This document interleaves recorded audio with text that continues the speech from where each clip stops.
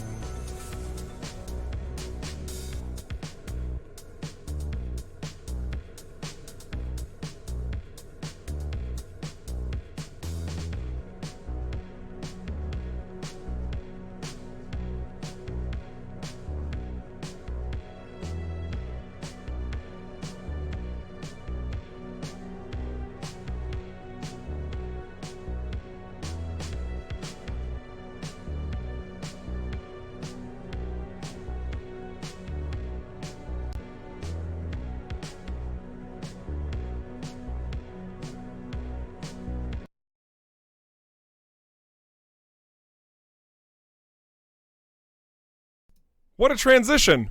That was sudden. I wasn't expecting that. Let's try that again. Hang on a second. Hang on a second.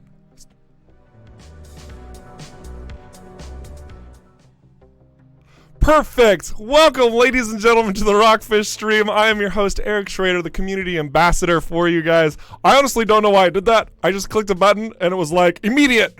So it's totally my fault. But rest assured, everything else is working smoothly. You guys are awesome, by the way. It has been such a pleasure meeting so many of you out at PAX East last weekend. Seriously, you guys are freaking awesome. We had so many backers come by the booth just to say hello. Like, and I'm not talking just Everspace 2 backers. I'm talking a lot of Everspace 1 backers as well. Oh my gosh, it was seriously our pleasure being there, shaking hands, or rather bumping fists. You know the drill. Oh my gosh, it was wonderful. You guys are rock stars. I also encourage you guys to look at some of the interviews that were floating out there. We had some very pleasurable people swing on by and have a good time, including Skyrim Grandma, if you know who that is. It was so much fun. Oh my gosh. Seriously, look them up. I'll probably, they're posted in the Discord too. Hazy Devil, I know he's in chat. He's been a fiend when it comes to that stuff. Also, I want to give him another big shout out, in fact, because he is still championing our Reddit, our subreddit rather, incredibly well, making sure everybody's getting answered before I even jump in. So Hazy Devil, seriously, big shout out to you. What a champion. Really, really good stuff. So let's start talking about what this stream's going to have to offer first, and then we're going to transition right in. We're going to start with some generics, as we always do, to fill anybody into the scene of Everspace 2 who doesn't know quite what it is yet. And then we're going to go look at all those, oh my gosh, beautiful new goodies. I have a lot more screenshots and concept art stuff to show you than what you've already seen in that update this morning. So if you think you've seen it all, you are incorrect. And I am pleased to show you some of these cool things we're working on. Oh my gosh. So, oh my gosh, I've already got questions. Look at this, already getting questions. This is great. Darius the Snow, where do you get the idea from having an ultimate ability? Basically from, I mean, there's so many other games. There's so many other games that have something that you build up to, and then you get like this kind of like powerful ult. I mean, I don't know what else to call it. And it's kind of like this effect of where if you're putting in the time and the effort and you're building up to something, we wanted to have that separation for each different ship type to have its own sort of power that it can utilize in that moment, and it fit really well. So that's actually where it came from, is just like a pretty standard element from other games to capitalize on your ship selection. And then we have Elboats. Can we upgrade our Kickstarter access to get into closed alpha beta? So check this out. I highly recommend you send an email to us at support at rockfishgames.com.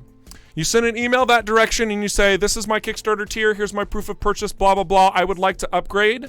And Christian or Michael or somebody else on the team, I assure you, somebody's going to check out your email and they're going to see what they can do, give you some options, what that looks like, all right? So great question. And that goes, of course, for anybody, not just our fine L-Boats in chat. So good stuff. And I see Michael's answering exactly the same. Matt Samuri's jumping on it. You guys are rock stars. Thank you so much for being in chat. And I know I'm talking to Twitch right now, but YouTube, you guys are also champions among men. I see all of you. I see Nikita. I see Corey, Crisis. I see Rick, Jackson, Stella Navis. Oh my gosh, Jim. I'm seeing a lot of people coming back to the stream. You guys are so cool. You must like it around here or something. So thank you all for being here as well. Oh my gosh. So let's go ahead and give the preliminary Everspace 2 talk so we can loop everybody in, and then we're going to transition into some really cool things, all right? It's going to be good. All right, one last question I'm answering. Snappa says, will you guys be attending GCX in the summer this year? I suppose that depends on if it's going to be available or not. There have been a lot of conventions that have been dispersing, I think is a good way of putting it, just due to the rising concerns about the coronavirus. So we do try to meet everybody where they're at and what we are doing, much like we went to PAX East. It was a lot of fun. I do hope that we can meet you at future conventions. We also do want to take really good care of ourselves, and we hope that you do as well, just so that we can all champion the processes that we are working on with whatever projects they happen to be. All right, so Everspace 2, let's talk about this bad boy. Let's talk about this. So, what are we working with? This is an arcade space shooter in an open world RPG format. It uses looter shooter mechanics, something akin to like a Diablo in space. Michael, in fact, likes to describe the game as a Freelancer meets Diablo, and I'd say that's pretty solid, with a lot of the mechanics of Freelancer meeting the itemization of Diablo. So, with how you get started in the game, because this is a prototype, we're really just thrusting you into the experience from your home base up in the upper left. Some people have been taking frantic notes and trying to put all the pieces together of our lore, which I love. You guys, keep doing what you're doing because you actually help us stay true to our words to bring it all together.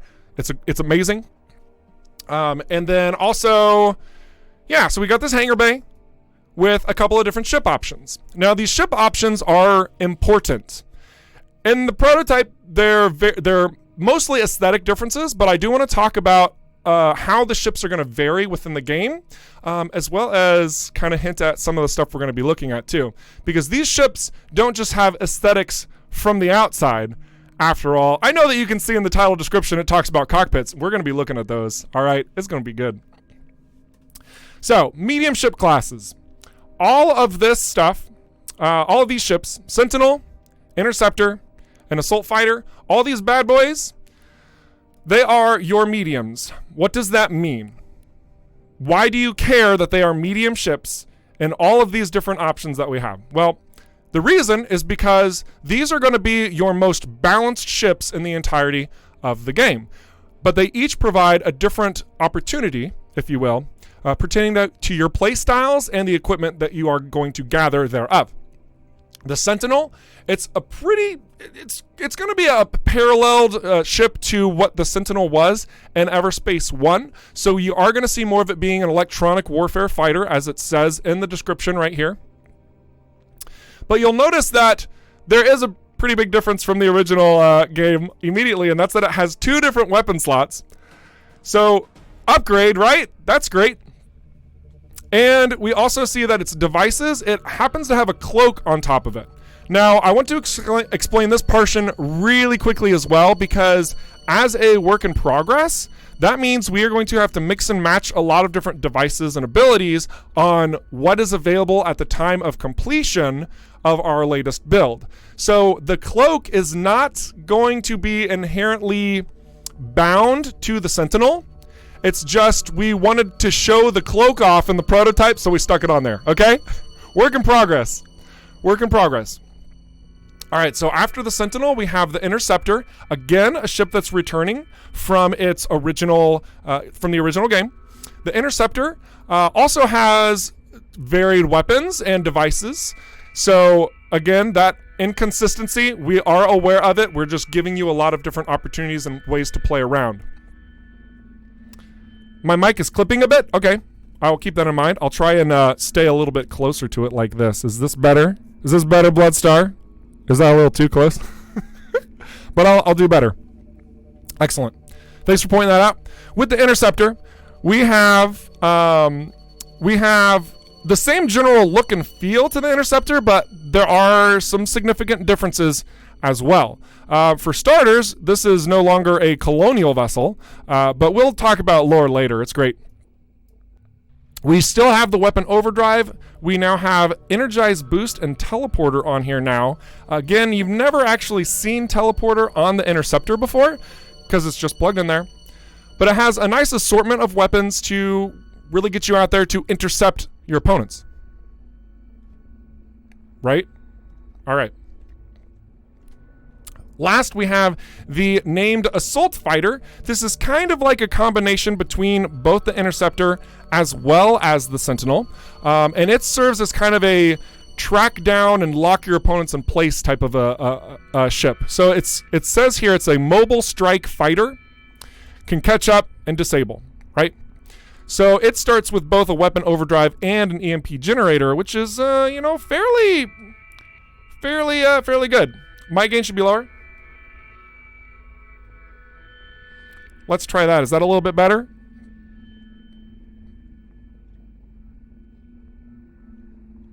Is that better?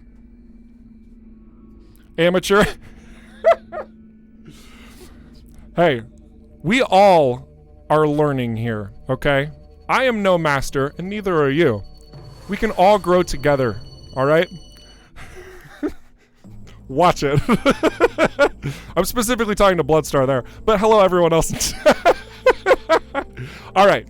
So now that we've adjusted that, the Assault Fighter, it's kind of an in-between of the Interceptor and the Sentinel. So you guys are great. What we're going to do is we're going to fly the Sentinel, but I also want to change its appearance because we have that ability in the prototype for demonstration purposes. These ships use a modular-based design to how they are built. So think of them kind of like Legos, but not really. That's too simplified. But we have this big old ship part right here. This is the base. We have these forward swept wings right here, right? And then we have this engine right back here. All of those are different pieces that can be interjoined with other pieces. The cockpit itself, we will be talking a little bit more about that when we have those revealing elements later in the stream.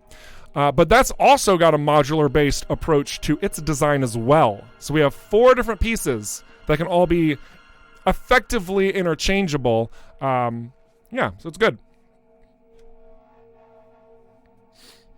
Let's look at what this looks like whenever we cycle some of these modules, right? So we already saw both of these because they're the other 2 ship types, but now check this one out. And check this one out. And this one.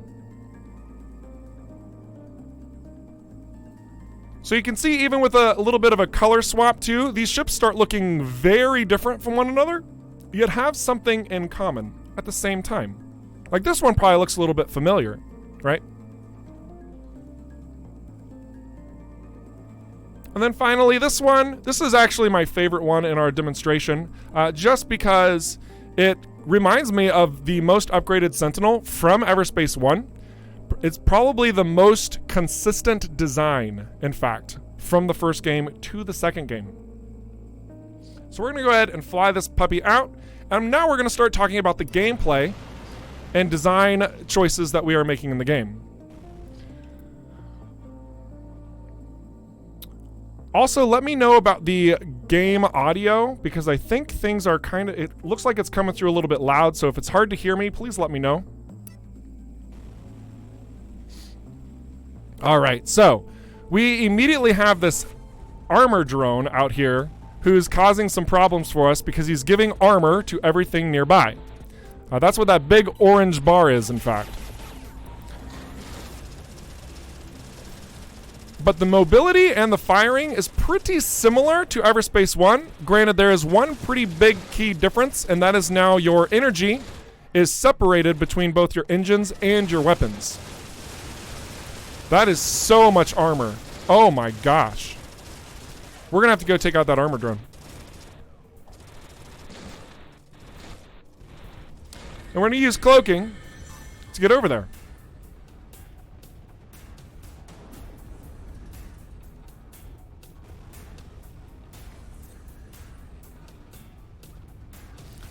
Alright, so now let's go take these punks out so we can drop the armor on everybody else.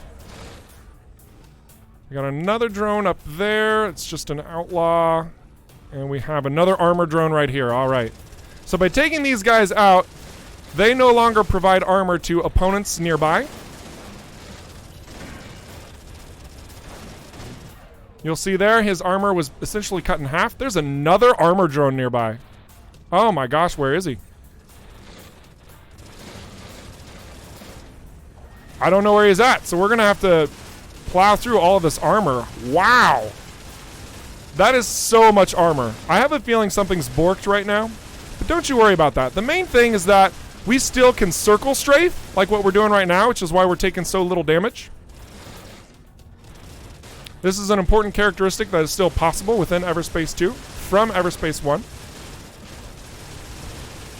Yeah, it should not be this hard to take out a drone. Gonna just chalk that one up to, it's a prototype, we'll fix it.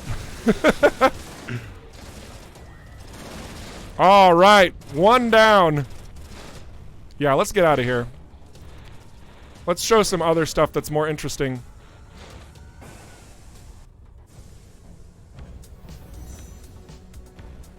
All right, so now what we're doing is we're going into the open world space area of Everspace 2, why we keep talking about it as an open world space shooter, right? So what does that mean? What does that look like? Let's talk about that a little bit. So here we have the solar system that we are currently present in and where we're currently flying. So with where the ship is at, you'll see a planet is right behind us, quite literally. And we can effectively cruise wherever we want in this space. Wherever we want. That planet's getting a lot smaller back there, as you can see.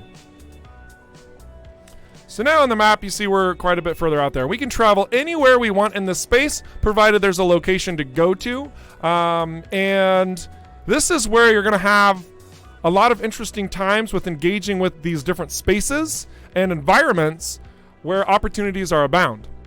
Now, we are looking at this from a handcrafted world building perspective. What that means is that we'll also have some persistent areas, meaning if you accomplish a specific task or something happens to get destroyed, that is permanent in that section of space, at least for a time, at least for a duration, until things can be rebuilt or situations are altered through the campaign. Now, we're not looking at anything so dynamic that it's like a Mass Effect kind of situation of cause and effect here, all right? We are simplifying this approach so that we can put a lot of emphasis here on the arcade spaceship shooting elements. We want you to be able to dive into this game, fly around, do your own thing, suffer the repercussions of it, or reap the rewards, and then keep going around and doing just that while obtaining sweet loot in the process, right? Very good. Darius asks, curiosity, how will ancients return? Just curiously, Rock, and will they be changing forms or come in new forms? That is a bold question to ask at this part in development. I like you though. I will say that ancients are definitely making a return, but we have not revealed how and what capacity they will be doing so. So you'll just have to wait to find out. I know it's that generic response, but that's where we are currently at with it. A good question though. All right, so let's keep moving through space. We're gonna head over to the star, and we have two different options here. We can take our sweet time and just book it like we're doing, or we can lock on, and you can see right there in the middle of the screen, it says hold to skip. We did this for two reasons. One, because we wanted that consistency with Everspace 1 mobility and lore, because you can jump from one point to another one basically instantly in that game, right? That's effectively what that's doing. But two, we also wanted to honor this open world, kind of more space simulation aspect, where if you want to intentionally take the time and see what occurs as you're traveling, you can do just that. So you can choose. Do you want to just get there and start blowing stuff up? Or do you want to take your sweet time and maybe unravel something new that you didn't see before through your travels? The choice is yours.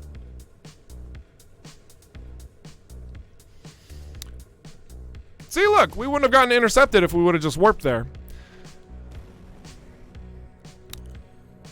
Also, we have completely redesigned the interception already, and it will probably be redesigned again, and maybe again after that, because a lot of these elements, again, are work in progress, but they provide little opportunities and mini games while you're just cruising around the stars.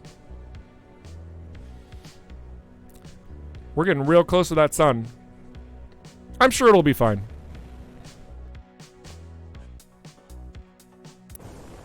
Here we are. So now you can see, like, we are quite literally right next to the star. In all of this space.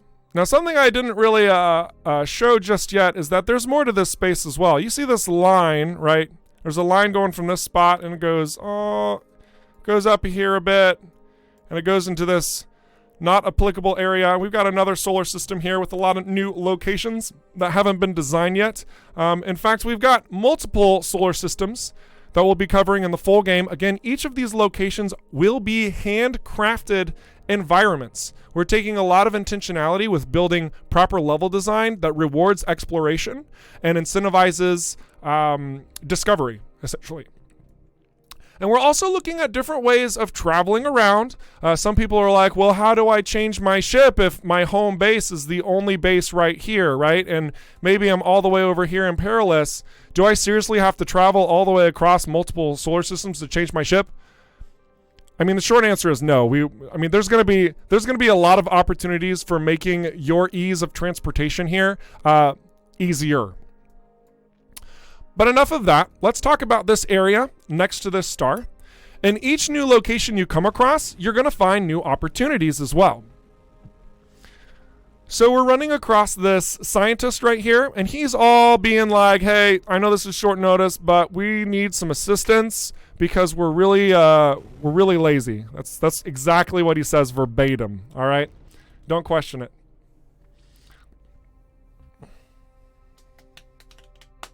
I'll let you read the chat because I'm honoring your intelligence here because I know you can read.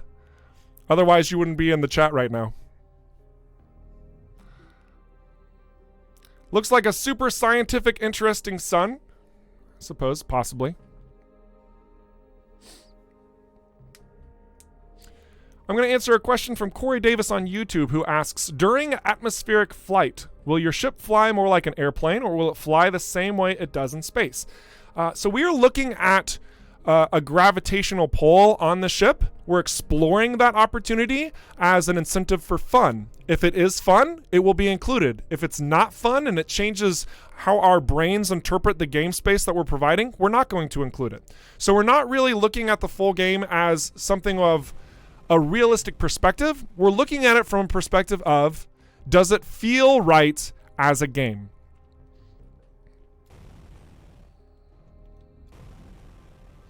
All right, so he gave us this mission to go turn on these solar arrays. Hey, look. These guys aren't pumped full of armor. That's really nice. But they do have a lot of missiles, don't they? So we are going to blast them down in a traditional way, just like Everspace 1, where we change over to our pulse laser to start shooting their shields down. And something that's different this time around is that I didn't actually change my weapon to my autocannon in order to take out his hull. That's because we've actually redesigned how damage to the hull works. So we're going to use this guy as an example, where he has a red bar, an orange bar, and a blue bar, just like we do, in fact. The energy type projectiles, like a pulse laser, specifically deals that DPS to shields.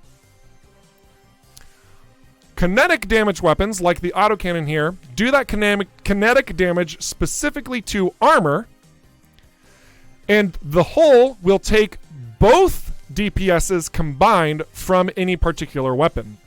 That means that a pulse laser can actually be effective in just draining an opponent who only has a shield and then a hull. If they don't have any armor, you don't have to change your weapon. It's as simple as that. With the autocannon, though, you do have to be a little bit more thoughtful in how you're using it, because most enemies have shields traditionally, so you usually want to have some type of energy DPS first before you swap over to your autocannon. So let's show that in work. We're going to use our autocannon first, and it deals basically no damage to his shield, right? So we'll swap to our pulse laser and just drain that sucker right off. Now we're hitting the armor with our pulse laser, and it's doing basically nothing, right? So we swap to our autocannon, and now we're draining that armor down. This is the new functionality within Everspace 2. We're very pleased with the results. It allows us to diversify enemy types in a way that makes your itemization far more effective or ineffective, depending on what you are choosing and how you are using it. We wouldn't be able to achieve this otherwise, like if we were using the exact same concepts from Everspace 1. So even internally, we're very pleased with the results that this has provided thus far. And we hope that you'll agree. All right, let's go ahead and fly down in here, see what's going on, because there's a lot of little hidden secrets and whatnot. I remember LOL Hype said you can't destroy this shield generator, so I just wanted to show him that you can. And it also looks like there's no sweet goods in here. Unfortunate. So we're just going to be upset and throw this fuel canister out there. Because what could possibly go wrong, aside from it exploding in our face?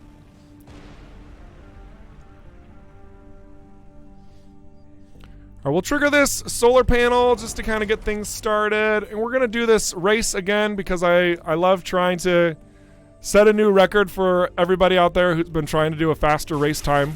I don't even know who's winning. Do we have any stats on that? Has anybody been tracking that? I know LOL Hype kind of started it.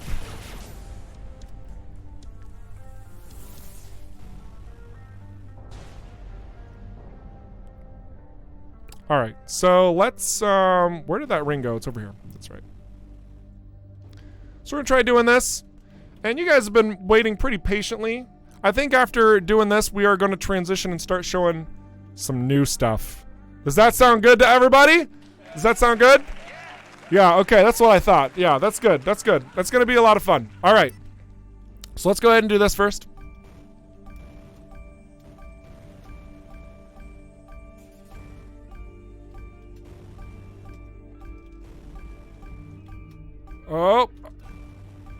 Oh, this is a bad run. This is a bad run. I ran out of boosties. Can we do it? Can we do it? 1935. How was that? That feels pretty good. All right. Good stuff. But yeah, you're going to see a lot of varied types of minigames because we were able to handcraft these environments for you to explore. And let's just look at this map one more time. Like, with 8 different solar systems, that means we're shooting for about 10 different handcrafted locations in each one of these sites, okay? That's 80 handcrafted levels for you to enjoy. This is a very large number of levels that we are working on. We might hit that goal, we might hit less, we might hit more, depending on how things change in development, but we are trying to offer you a large variety of unique places to explore in this part of the demilitarized zone. Whew! We'll see how things go with development. All right, so speaking of development, let's show you some of that stuff. So I'm going to go ahead and jump on out of here, and we are going to set up some things. So let's actually go back to our wait page, and we're going to talk a little bit more about these links that you see on screen, just because there's a lot of fun stuff here, right? I already encourage you guys to join that Discord right out of the gate. I think that it's really important to do so, just because it's fun, it's good times, everybody loves it. Seriously, it's an absolute blast to be there. It's really good. Then let's see. We also have, what else? Rockfish Games and Aerospace_game on Twitter, where we do post a lot of different updates. And we also call people out who are being generally incredible people, whether it's you're doing a live stream or you're asking really solid questions. We have a pretty high response rate on there. And finally, we have Twitch at the end. Rockfish Games. Will, I think we still need to add YouTube there. I think we have a really strong presence from YouTube. Isn't that right, YouTube? So we should definitely get that added to that bar, I think. Otherwise, yeah, we've got quite a bit to talk about here, so I think we should get ready to jump on in. Let me just do a couple new tricks. Aha! There it is. All right, so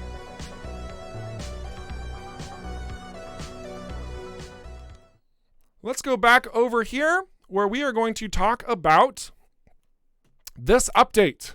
It's update time, all right? So, what's new? What's going on? We're going to cover everything and also clarify any particular questions that you might have out there wanting to know more. It'll be good. All right, so first we're going to see any particular questions that maybe did not get answered. So I see a question from RuneStamp. What do you mean when you say levels? Instances, or is this universe free to explore? This is a good question. So each one of those little, I'm going to call them arenas, nodes, sites, all of those points of interest around the solar system, those are the levels that are going to be quite expansive and opportunities for you to be exploring.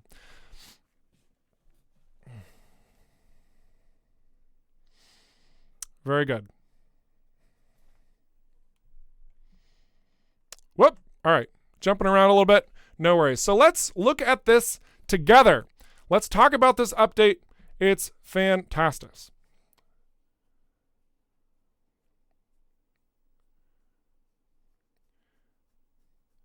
Okay, one more question to answer. First, Corey on YouTube asks, during atmospheric flight, oh, no, we already answered that. Never mind, that's good. Will it be possible to deactivate the damage indicator, asks Salim? I think that's how to pronounce that. So if you mean the numbers popping up on screen, yes. Like, we will have a toggle that allows you to keep the numbers showing up or not showing up. We know some people love it, some people hate it. And we're going to give you the option to do that yourself. Yeah, good question. All right. So let's go ahead and dive into this. And if you guys have questions that you've asked and I haven't answered them yet, don't worry, we'll get back to it. But let's talk about the update. That's why everyone's here. Let's cover this bad boy. So we were at PAX East. Where are my PAX East people at? I know that you should be out there because I told you we were doing a stream today. I wanted to give you guys shout outs if you are here and give you another high five that you gave me at the show. Zerillia! Dude, thank you for being here. What a champion this man is. Kept coming by the booth harassing us with positivity. So much fun. We just had a really good time. We also had some really good neighbors there. Some interesting stuff all around. You know, at first we were kind of hesitant with, Captain Richard. Wonderful to have you with us, Captain. Oh, so great. We had a lot of fun though. We were originally concerned of the location that we had on the convention floor. We're like, oh gosh, we're kind of like off the middle and it's like kind of in the back a little bit. Are people gonna find us? I was a little scared. Boom to tell, you're here. Excellent. Fantastic. Great to have you back with us. Oh my gosh, look at all these beautiful people. This right here, this is Matt Samiri. He's in the chat right now being a boss. And these are all the lovely people. Maybe you see yourself. If you do, amazing. If you don't, it's okay. You're probably like right off screen. That's definitely it. And we had all these incredible conversations. You guys have been so positive with the reception of the prototype. We're absolutely thrilled to tell you that that's still the same build from Gamescom last year. So there's so much more stuff we've done. There's so much better stuff now. Oh my gosh. So let's start looking into some of these things. So with our new timeline, this is something that has been kind of a hassle with a lot of different game devs out there. But we are needing to adjust our schedule because of a lot of different factors, really. I think the two big ones is the coronavirus. It's some people say it's just kind of a scare thing. Some people are looking at it as a really big deal. We want to cover our bases. We want to protect you. We want to protect ourselves. And so that's exactly what we're doing. We still do have conventions lined up, but we can't go to them if they get canceled. And that's what's happening on us. So we had GDC planned. We were going to meet a lot of contacts there. And now we're kind of reorganizing that structure of what that looks like. It does affect our development times, even though we are a single player game. And so we are kind of moving our entire schedule around accordingly to bring all of these things to life in the best capacity possible. The other big thing, because we want to be as transparent as possible with you, is that Cyberpunk also moved their dates around as well. A lot of you probably know this because you're probably also Cyberpunk fans. We recognize that we have a crossover of audiences, which is great. It's amazing. But we also don't want to be undershadowed with our early access dropping at the same time that game drops. That would be terrible. So what we are doing is we're adjusting this timeline not only for developmental purposes for our contacts, but also so that we can actually be seen whenever we come out and say, check all this crazy stuff out. So it's a double, a win-win. That's what it is. It's a win-win really for us moving these around. Unfortunately, that does mean that we have to have you guys wait a little bit longer as well. So that's, I know it's so sad, but positive from that. Because you have to wait just a little bit longer, that also means we have a little bit more time to tweak and modify those settings. So you get more content when it actually does drop. Hey, all right, so it kind of balances itself out. Anyway, let's keep moving beyond this stuff. All of that stuff behind us now, we are making sure that we get into the goods of it all, because that's the important part. Oh, whoops. You didn't see that. All right. So we have a lot of new cockpits to show you. And some people have already been identifying the names of the ships. Guys, I love how you are taking in all of the little things that you find. I find it incredibly impressive, and I'm thrilled in your detail and seeing what's going on behind the scenes. I'm sad to tell you that the names have already changed from these, and they may even be changing again. So you might be able to track the naming conventions, but it doesn't really mean anything other than an identification process of A, B, and C. All right. So cool. Basically, these are some cockpit concepts of what we are working on. These ones at the top are all the light fighters coming around the corner. Okay. These light fighters are the Scout, Patrol Ship, and Spec Ops. Scout's pretty locked in place. Let's be real here. Just like the Interceptor, the Sentinel, and the Gunship are all quite locked in. Scout, it's very likely coming back. But Patrol Ship, Spec Ops, we can change these things. The important thing to know is that they fall in the same class of the Scout. So they have some similarities in that regard. Next is the medium ship classes.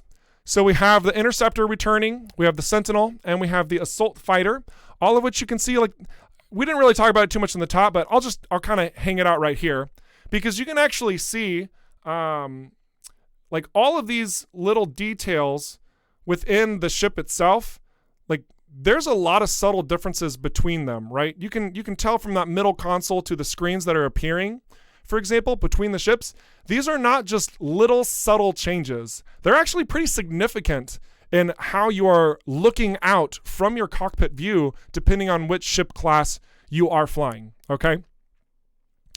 And definitely getting some fighter pilot vibes from there. I really enjoy how this is all coming together. I think the concepts really bringing this to life. We also have the gunships, or rather the heavies, excuse me. I don't know why I call them the gunships. Oh my gosh, that was silly. But we have the gunship over here on the left. Big, bulky, strong, powerful. We have the bomber, and we have the defender over here as well. And again, you can see all these subtle differences and nuances that shape and change just how these ships look from the inside. All right, it's kind of crazy, but it's very varied, very varied. Okay, look at this one. This is a little bit more of a close-up of what you would see inside of the interceptor, I believe. So you can see like all of these very refined elements here, some like a ton of controls in the middle. This is the kind of detail work that we're aiming for, so that whenever you're flying using the cockpit view, you can actually completely disable the HUD. You just turn the HUD off and you can literally use the cockpit information in order to play the game. How neat is that? Pretty awesome. For those of you returning from Everspace 1, you're like, oh yeah, well, we could do that already. Okay, now listen here. This is a lot of work, and we want to make this as awesome as possible, okay? So yes, we're bringing it back, but it's on an entirely different level because there's so much variety between these cockpits, right? There's a lot of variety between these bad boys. And we want to make this possible for you to take on whatever shape and format that you want, because we value your ideas and you want more sweet customization in that cockpit. So that's what we're doing. Oh my gosh. Gamer Mom 36, thank you, Eric, for talking with me and letting me try playing. Fun, even though I died a lot. It's totally great. Thank you so much for coming by. Shirley Curry. Oh my gosh, you are such a champion and I love you so much. You even had a great little YouTube video that you posted talking to me. Your community is lovely. Oh my gosh, y'all need to follow this woman. She's fantastic. Seriously, thank you for coming by our booth. And I'm glad that you were able to reach out to your community and get all this sweet, sweet love shared to everybody. So let's keep talking about these cockpits. This one is the interceptor that we just saw from a different angle. So you can see, like, we're really passionate about this detail work, right? This is something that we're really, really crazy wanting to focus down on. I mean, you see the exterior of the ships. We want that level of customization and detail in the interior. Here, let's blast this one up a little bit further so you can see, like, look at all this rendering. Oh my gosh. This is crazy. This is crazy. Whatever, just the cockpit. Like, we could legitimately make the entire game in third-person mode and not invest any time in here whatsoever and still make a pretty solid gameplay experience, right? But look at the attention to detail we're providing to our loyal fan base who wants this type of stuff. You're welcome, okay? Because, like, wow. It's seriously nuts. Can I zoom in here, I wonder? Oh, yeah. Oh, my gosh. Polygons everywhere. Oh, my gosh. And for those of you who are like trying to figure out the naming conventions, they're just placeholders, but the left side says Rosalind's Revenge and the right side says Adam's Demise, just for kicks and giggles. Yeah, so we're having a lot of fun with putting all of this stuff together for you guys. All right, so the cockpit system is also modular, so that's why we're able to like plug and pull around different parts and pieces in the capacity that we are. Now, I want to be very clear here. That does not mean that you're going to be able to customize and move your different pieces of your cockpit around to your liking, okay? It's one thing to say that we're using a modular approach and another one to say that we're giving you the freedom of customizing it. So we're going to try and find an area in between that. We'll set up very elegant, very versatile cockpits for you to choose from. And then from there, we will have some customization features to really nail down the look and the style that you desire, okay? Because if we were giving you all of the controls in the modular approach, then you'd basically be designing the game yourself. This is not a game about creating a game. This is a game about flying really cool looking spaceships. Excellent. So, Let's talk about VR now. We had so many people asking us about VR, not only in Discord, but also at PAX East, and also on Reddit, and also on YouTube, and also in the Steam forums for Everspace 1, and also insert other social media site here. Like it's been crazy, and it's also been really good. So I want to address this very clearly with everybody who hasn't heard this story yet, and then we'll go from there. Okay, so basically the very, very long story short is that we haven't decided yet. It's leaning on the more no side of things, but we have not decided yet. There are a lot of reasons. Just a couple of those are listed right here, like overhauling the UI, rebalancing the game, optimizing to demanding VR specifications. It is not as simple as just clicking and dragging your application and saying plus VR. Like it doesn't work like that. There's a lot that goes into that in order to make it a true VR experience. And we learned our lesson by doing this with Everspace 1. Everspace 1 had an approach to VR where the community asked for it. We implemented it in a way that it was a bonus to that experience, right? And the VR community wanting a VR specific game was a little bit torn on the matter. So addressing it, if we do, again, we haven't decided yet. If we do, we want to make sure that it is everything that you want it to be in a VR experience. Okay, all right. Glad that you all agree. That's fantastic. That's very good to hear. So that kind of covers all of that. There's a lot of other important things here that are being said, I guess. If you want to read this, go read it, because I want to hit the big points. Cool. Let's talk about the Assault Fighter redesign. I think this is a big one. But before we do that, let's actually look at a couple more cockpits, because awesome.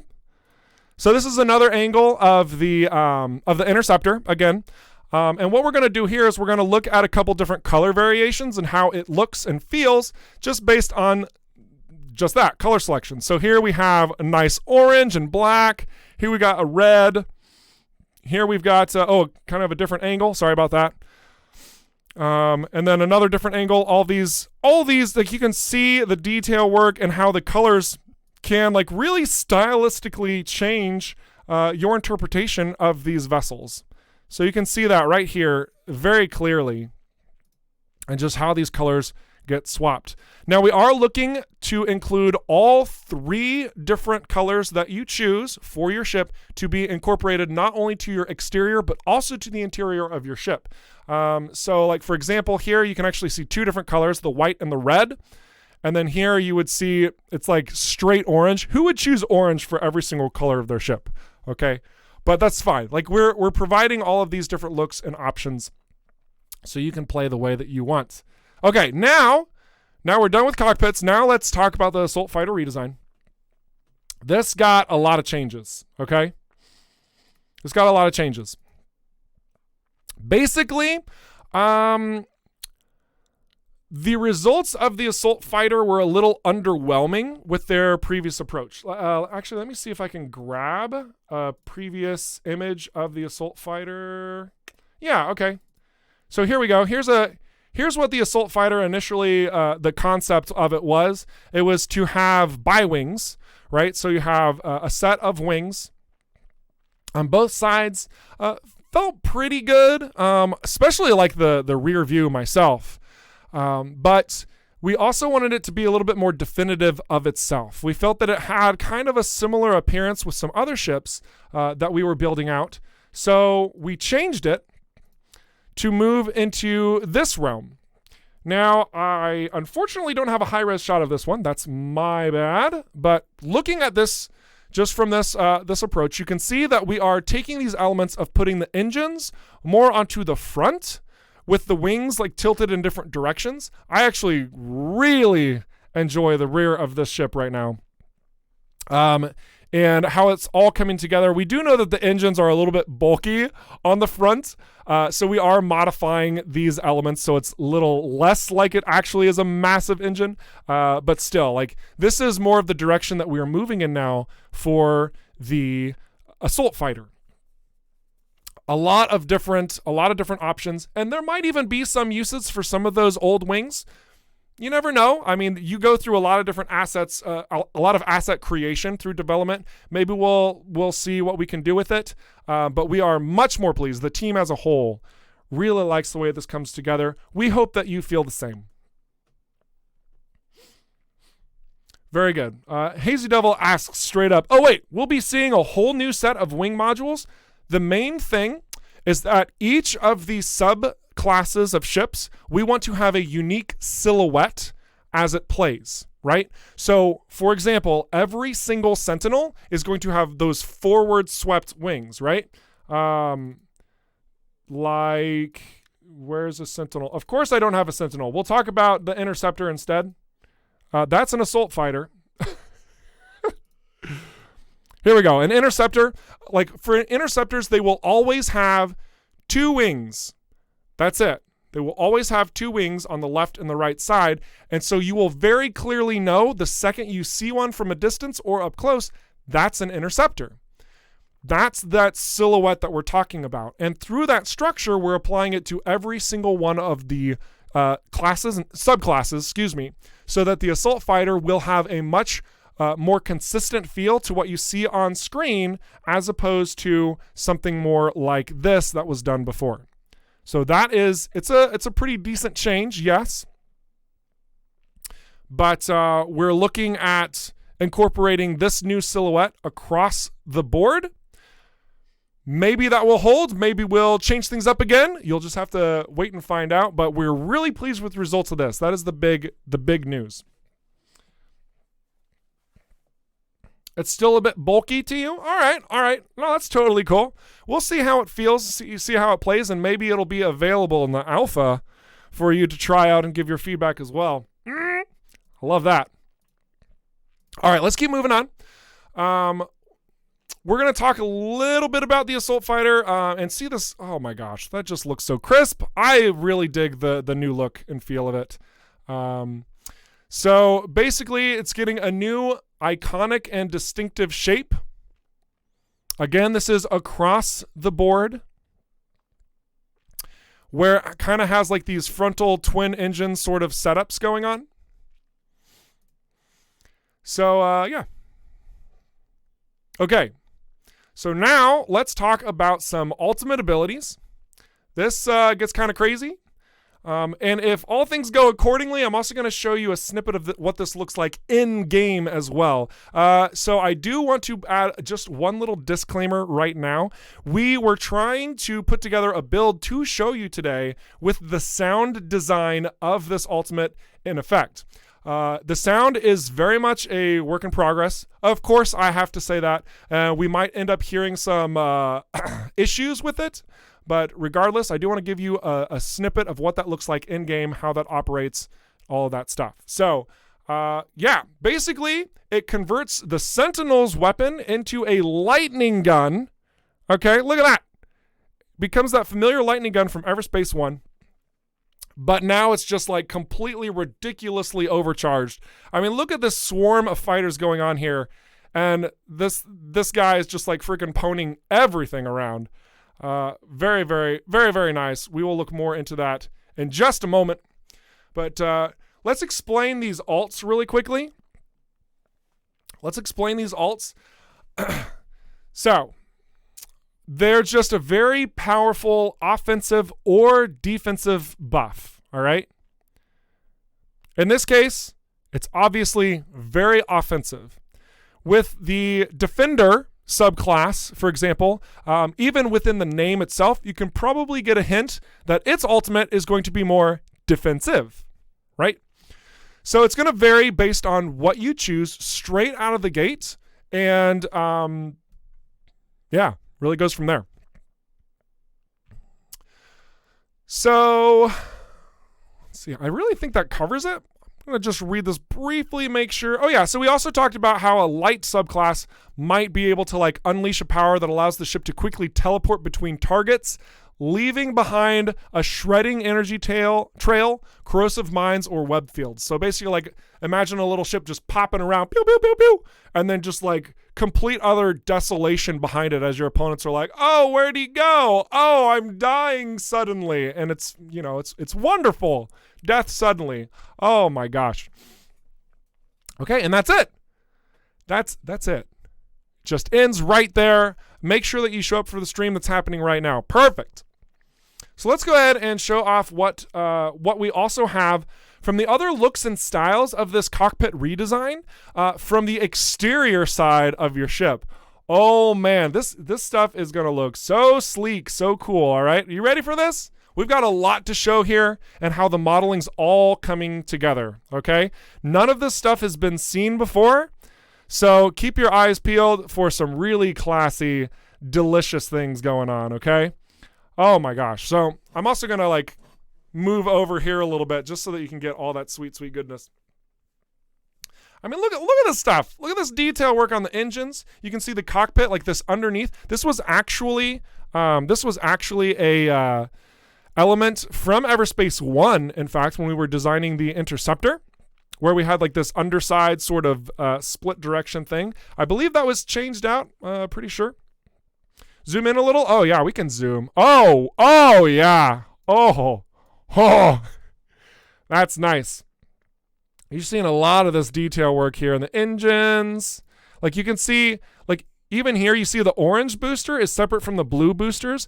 This is to distinguish just your standard navigational control versus your boosting, okay? So then you have lots more boosters. With the blues, you only have that one orange. This is going to vary based on what engine you use. Look at all the details here. You see all that? There's like a sticker over there. I don't know what it says. It's probably something really rude, is my guess. And you know, we've got the weapons are now colorized in the same capacity as the ship itself. Let's look at another ship. Let's look at this. Look at this guy coming straight at your face. Is that intimidating? Because it should be. Oh my goodness. Absolutely fantastic. I keep saying, oh my goodness, a lot. My bad.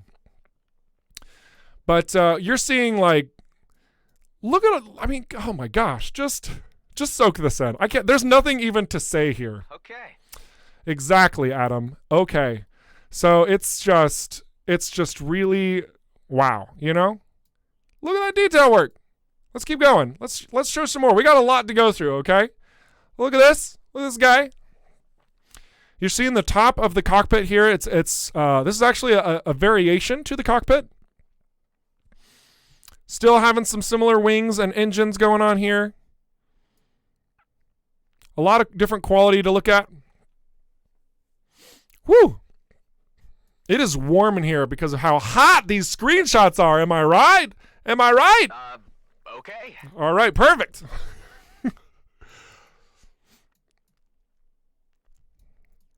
Excellent. Let's keep going. You see the underside of these wings as well. Like we're taking great care to make sure everything is satisfied. Not just what you would constantly be looking at, but any particular angles of taking those action-free shots. We want it all to come together, right? Look at all this detail work. Major mass credits go to Matthias. And I believe Marco's going to be the other one who's doing most of this work. Michael, if there's somebody else I need to shout out on the team, let me know. I know that Matthias does a lot of the player ships and bring it all together. He is a champion. Oh my gosh. Stella Navis says, I hope you guys will become very popular. You all deserve it. Oh my gosh. Oh my goodness. What a sweet response. Thank you for that so much. Yeah, we're trying our best. We want to bring it all together. So definitely having a good time with it. You can see the boosters versus the standard engines here as well, like the orange versus the blue. Oh my gosh. Oh, I love the front of the ship. Look at this thing. Oh, like I'm getting excited, guys. This is so freaking cool. Like look at how this all comes together. Just such a dynamic. Oh my gosh. Like I want this right now. I'm sure all of you do as well. It's just how it all comes together. Oh my goodness, so many pieces and parts just like moving together as a whole. We get this nice backdrop of how these engines are coming together. Like you can even see how it's all connected in a format that feels like it makes the most sense, even like from a level of like realism, right?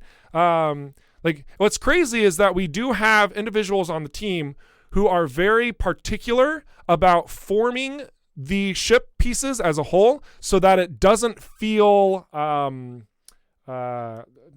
fantasized, I guess is the word I'm going to use. It feels like a realistic application of these materials and components coming together to make these ships work. Like that's pretty crazy. That's pretty crazy. Marco does environments and VFX. Okay. Matthias and Alex are working on the ships. Okay, so Matthias and Alex both get massive shout outs. Yeah, making it not feel wrong. Wait, did I say something else, Michael? Oh my gosh, if I did. The point is that we're making sure that the ships feel correct. Like we don't want the ships to not work. We don't want them to not like feel like they are a real world application of what we are creating. In the sense where they don't like we don't want them to feel wrong. Just like what Michael said. We're going to leave it at that. Perfect. Science fiction, science fantasy sort of realm here. Let's keep looking at chips. Oh my gosh. Beautiful. Hail Matthias and Alex. Absolutely. These guys are freaking rock stars. An old game I loved at the time was Tachyon. Or Tachyon? Is it Tachyon? Oh gosh. Suddenly I'm pronouncing everything incorrectly. Not physically correct, but plausible. That's beautiful response, Michael. That's really what I should have said at the beginning. That's a fantastic response. Not physically correct, but plausible. Perfect. Excellent. So that's our design and direction and how we're approaching these ships. Making them all physically correct, but plausible. Always got your back. Oh, dude. Amazing. I'm glad that my boss has my back. That would be bad if he didn't. Okay. So let's check out some more ships because we're still going through these. We still got a couple more to go. Look at all these. Oh my gosh. We're seeing some similar engine types, but with different colors, and you can see more of the details based on the ways that we're looking at them.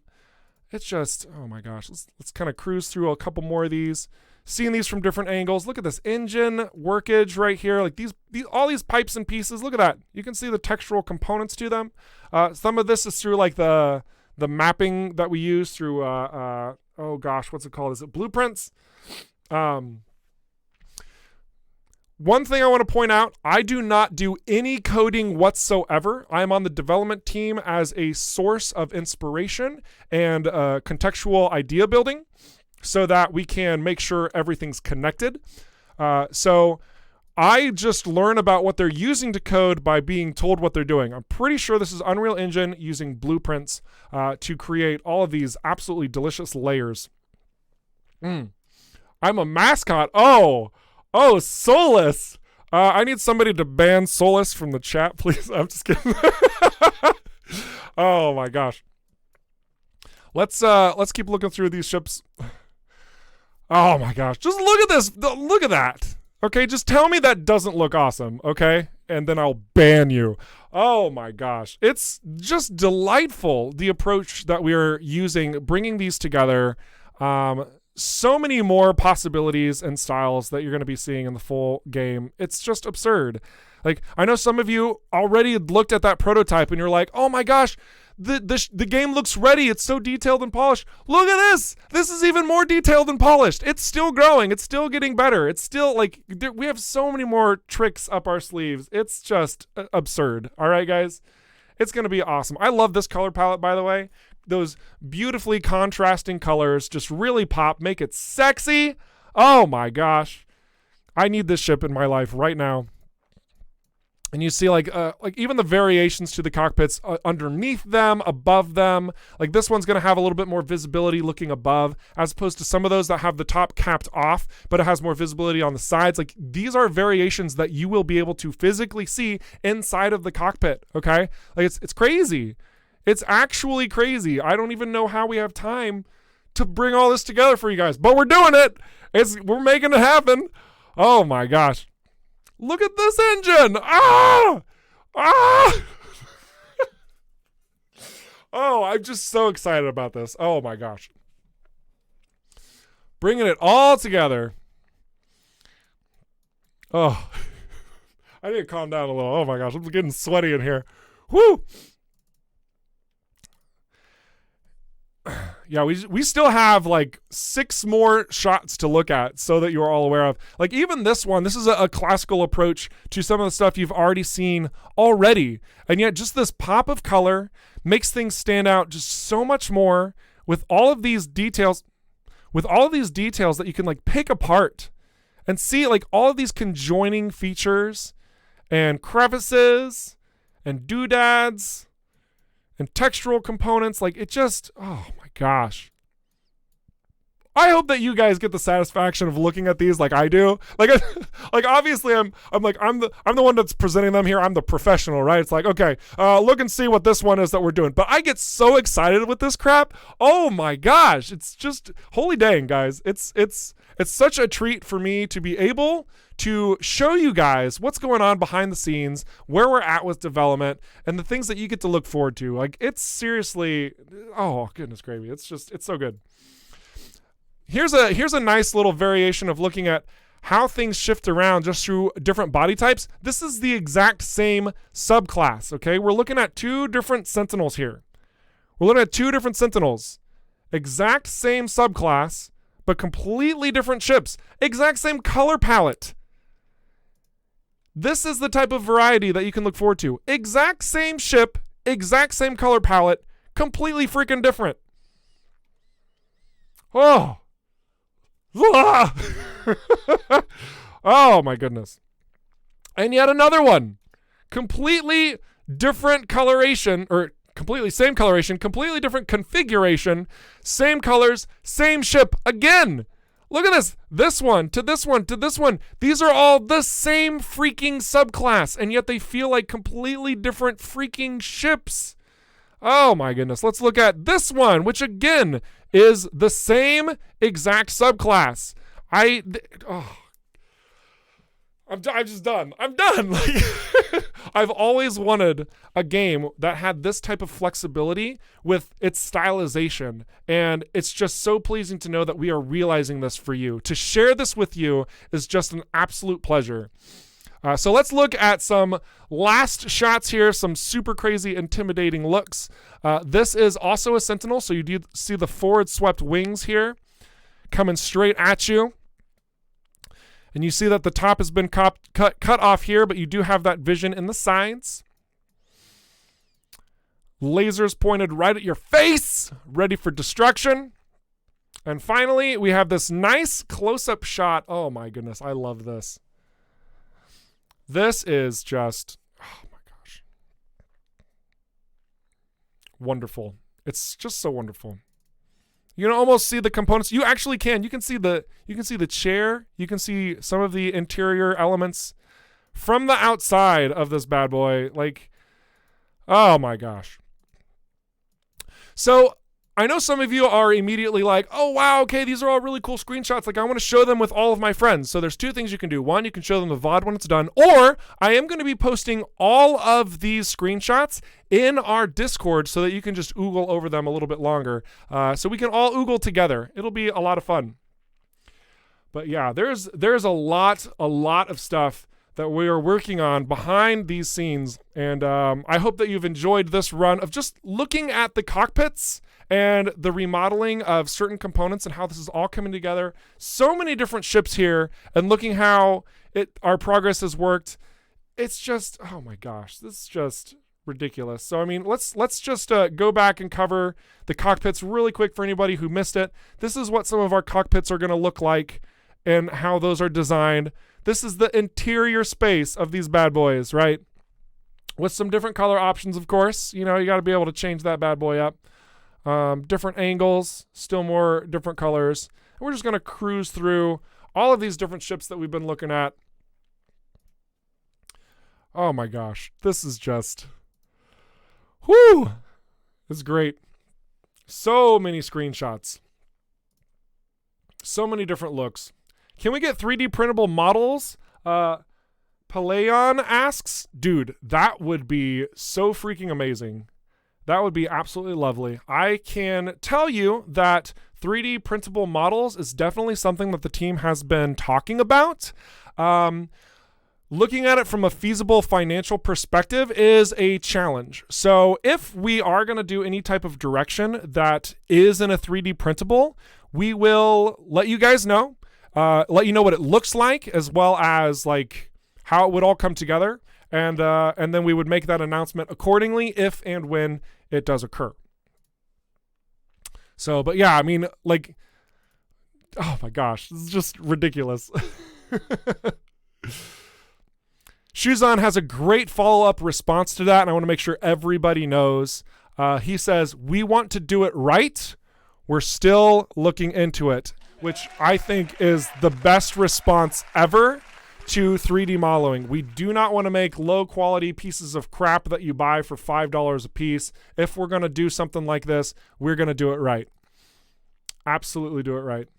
I also love the conversation over on YouTube. They're like, oh, I want a Lego Sentinel. That would be boss. Did you guys see the fan art that we had a while back? We actually had somebody do a Blender model of the Sentinel as a Lego ship design. In fact, I might even be able to, let me see if I can pull it up really quick. This would be kind of fun. Let's see. Let's go into the fan art channel. Let's find this because it's really sick. Some of these other things are questionable. Oh, and then we have some beautiful shots from Laser Force. Oh my gosh. The Everspace watch from Sky High. Oh my gosh. The insanely gorgeous things going on. Where is this Blender? Oh my gosh. I know it's somewhere. Did I pass it? I hope I didn't pass it. That would be silly. It would be a bra moment, that's for sure. Okay. Let's find this. I'm not finding it anywhere. I must have passed it. Oh, Shuzan's got the link. Champion Shuzan for the win. Oh, that's completely different what I was expecting, but that's pretty sick. That looks like that actually looks like the old assault fighter that we changed. Oops. But that's still really freaking cool.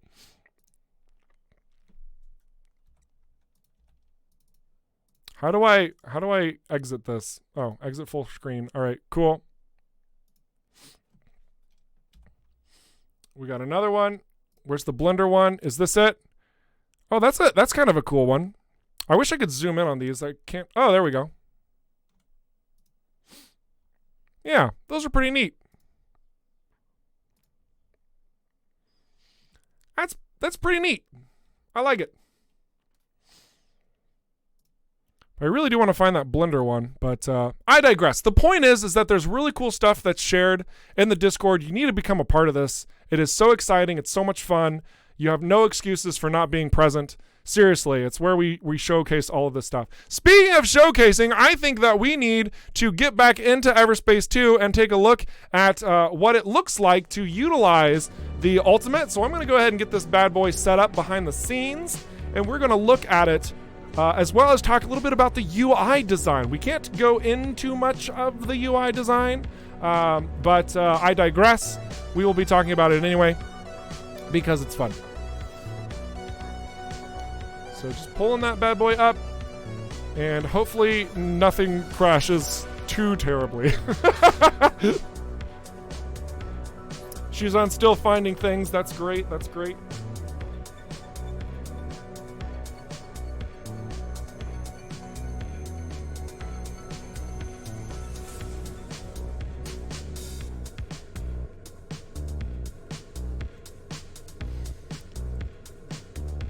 As I am pulling some things up, I again want to point out the lovely links that are on the screen right now.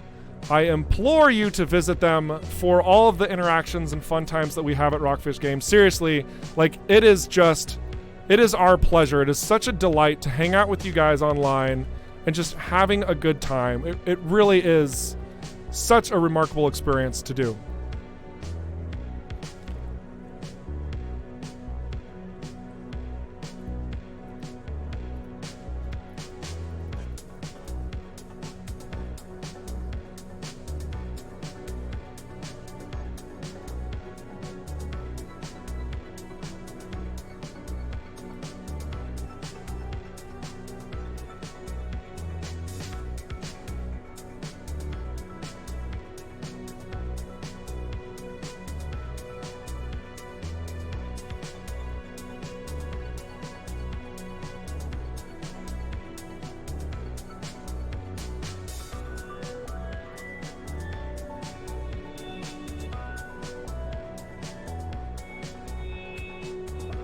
All right, I think we are ready to showcase some fun stuff. I hope everybody else is prepared for this.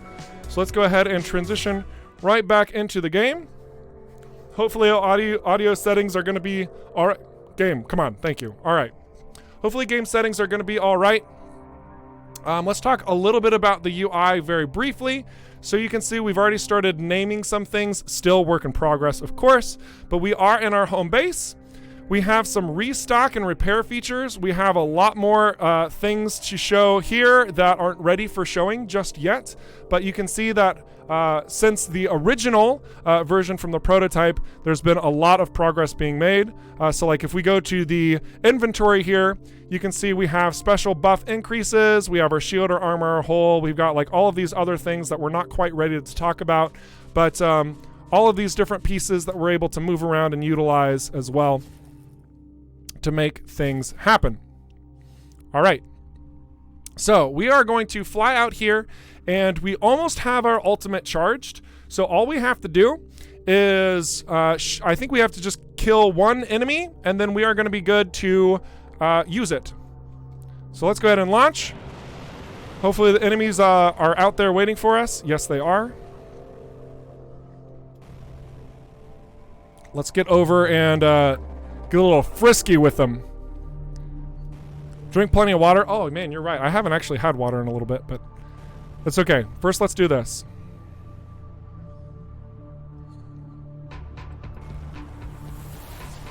So we got a lot of bad guys coming at us. We're gonna take this one out. Static overload is charged.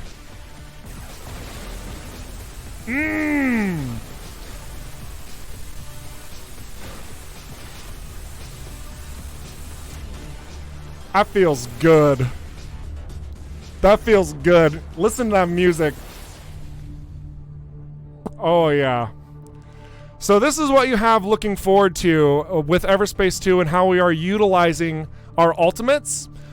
Like I said before, every single ship has its own unique ult. All right. So this is just one stinking example from our little Sentinel here. Just our little Sentinel type. You'll also see in the lower left that I'm not blocking, we've begun redesigning some of the devices as well. So that's actually a new little graphic over there. You'll also see just the general UI, like everything's really changed. Everything's been modified and it's a little bit different than what you probably know of from the previous build. So like whenever we're boosting on the left side of our targeting indicator right in the middle, that is now our booster, the cyan to the left. And firing our weapon takes the white bar from the right. A lot of different UI changes. The sound design, you can actually tell it's getting better. We're making progress go in the right direction. We still want it to have a little bit more oomph. We want it to have a little bit more power behind it. So we are still working on these elements for your ear's pleasure. Wonderful. And the maneuverability has actually gotten a little bit cleaner from the prototype as well. Probably something you can't really notice, but it's there. It feels good.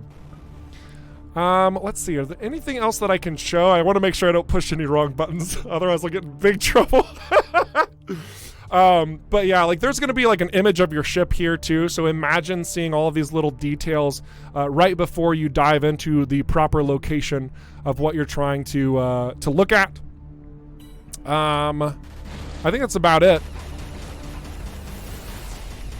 But yeah, a lot of cleaned up elements in UI. A lot of really good progress. We can grab this gas tank. Oh yeah, look, we've got an effect for grabbing things. This is much better than before, right? Chucking things around feels really clean, really good now.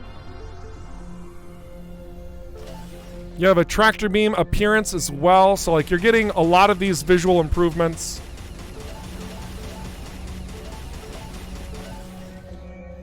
I wish I could show you the map, but unfortunately I can't. But rest assured, we are making a lot of really good progress on a lot of different UI components and are excited to bring them to you once they're in a really nice state to reveal. Swar says, just show. I like you, but I also like my job.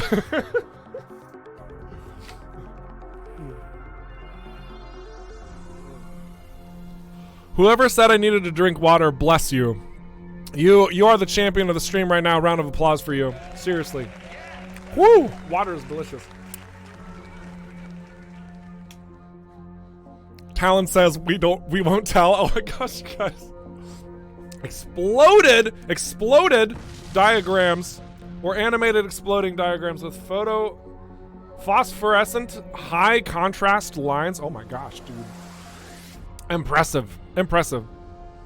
How long does it take to build the game?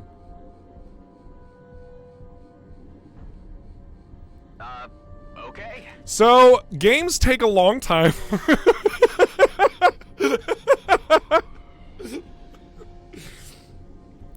I'm not entirely sure what you're asking there. Like, about an hour. That's a good response, Dr. Uwu. Oh my gosh.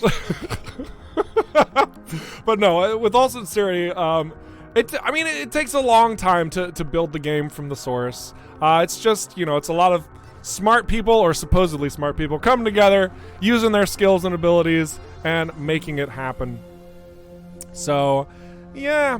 I wish there was more that I could show you today. Unfortunately, that's the bulk of everything that we've got going on. But I do hope that you've all been quite pleased with this reveal of all of this new content. I mean, those cockpits, as you saw, like, they're really coming together. I hope that you're looking forward to even more from that, as well as, like, we haven't seen the highly polished qualities of the heavy fighters and the light fighters.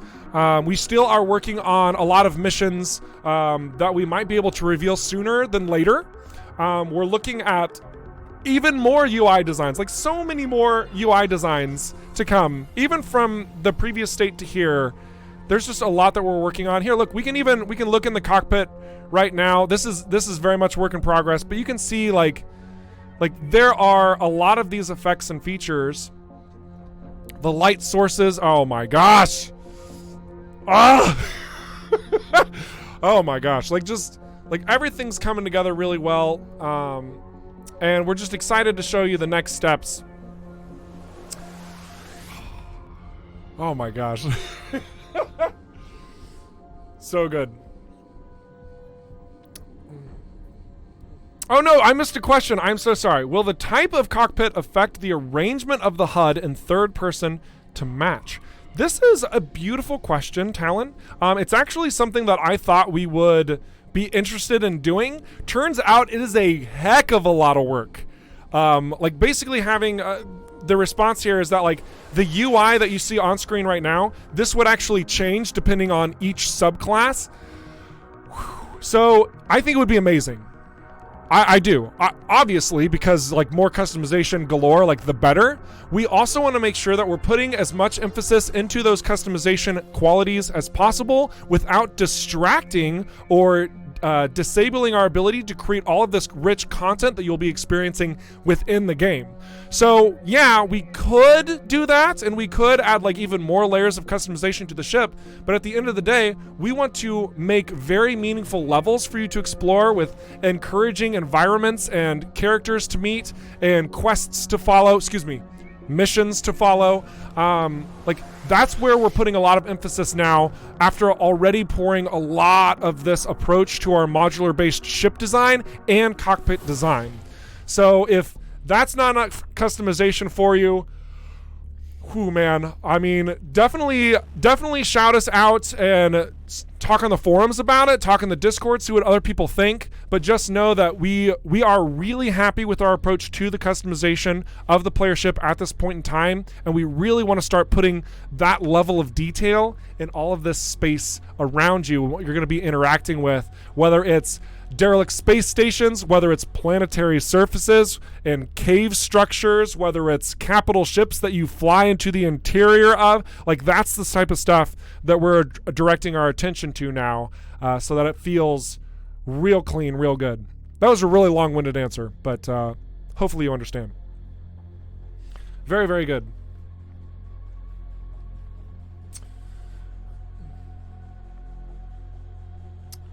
It wasn't quite the "that would be dope, wouldn't it" response, Talon. No, unfortunately not. It would be really amazing. I kind of reserved the "that would be dope, wouldn't it" for stuff that's far more likely to happen. Oh, time for y'all to rewind and see what I said in all those previous videos. But yeah, it's a fun little fact. Oh my gosh. Also, hi Corbin.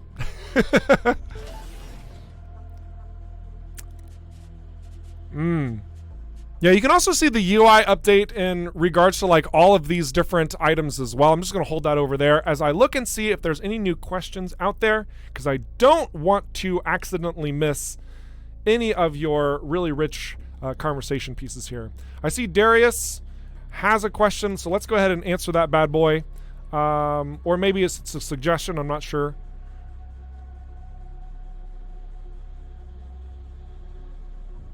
Okay, so you're just talking about the idea of like a mimic, like a treasure chest sort of experience in a sci-fi area. I think something like that conceptually sounds like it could be really neat. Definitely suggest it in Discord and on our forums. We'll see what we do in the future. In the future! Where is the alt charge bar? Am I blind? Schwar! That is a fantastic question that I didn't really put a lot of emphasis on. So in the very, very, very upper left, like all the way in the upper left corner, you see that gray box? Not the numbers. Ignore the numbers. Why are my numbers showing on there? Anyway, the gray box, that is your ultimate charge. The more it charges up, it fills up in the color orange. And when it reaches the top, then you can use it. By pushing the G button. Maybe that'll stay the same, maybe that'll change. It also could be where the type of ship that you're using, or maybe even the color palette of the ship that you're using is the color of that charge. We have a lot to look at and how that's all gonna like communicate clearly to the player, so. But yeah, it's wonderful.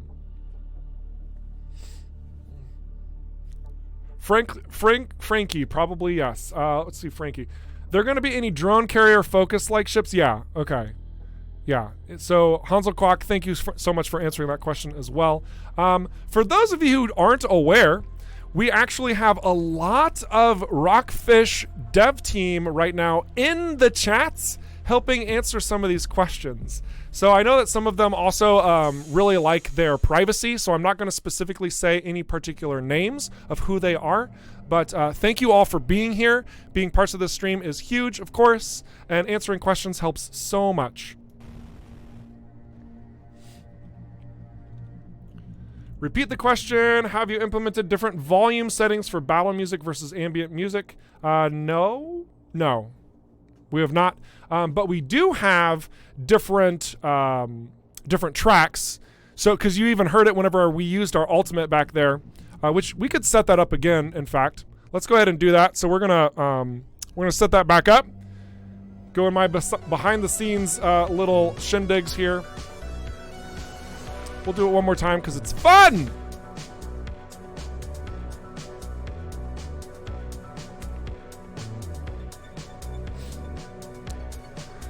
So as I'm putting this together, keep asking your beautiful questions because it's wonderful. Oh yeah, and Michael, I will actually, yeah, that's a really good point. We'll also talk a little bit more about the animations and item management, just so that you can see how much more clean it is in the approach to showing all of this fine content for you guys out there.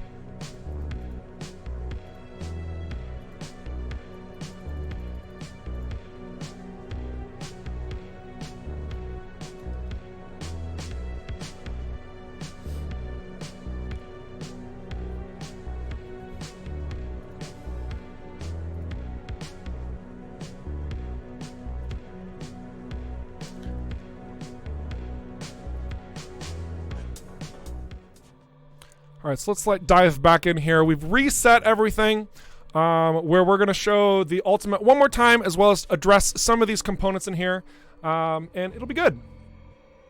I want to make sure that we're still not missing any questions. I'm getting a lot of questions over on Twitch.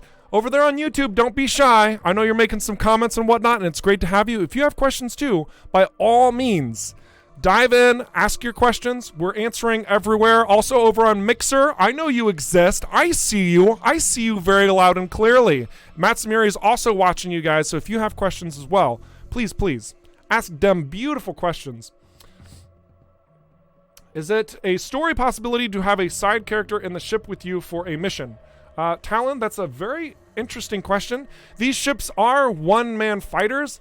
I suppose because there's all this cargo, that we could find a way to make a character within the ship as well, a secondary character. But we'll get there whenever the story's more available to talking towards. Not ghosting my boss. That gets a solid yikes from me. Oh my gosh. Not trying to do that whatsoever. Want to answer just a couple more questions and we'll dive right in. But it looks like everything's cleaned up. Jackson, that is a wonderful question that I would love to answer off stream. So if you catch me on the Discord and like the off topic channel, ask that same question and I would love to have a discussion about it with you. But let's focus on Everspace 2 in the stream, okay? Don't stop being awesome, dude. All right. So let's check out how some of this inventory stuff works. So like whenever you click on an item, you actually get all of these varying options now, where it's like you have your ship that you have versus the other ships that you can equip it to while you're in the home base. What? Let me say that again, okay? I want to make sure that you understand what's going on here, okay? So when you select an item on one of your ships in the hangar, you can actually change it to another ship in your hangar. Is that pretty cool? Do you like that? That way you don't have to like pull items out and put it in your storage and then move to your other ship and then move that around. No. You just like straight up have the ability to move things, elements around. You can quickly compare them to what's equipped on that ship and what slots to do. And it just, boom, instantaneous, wonderful happiness, right? We also have, like whenever you're comparing ships, I think it's this button, yeah.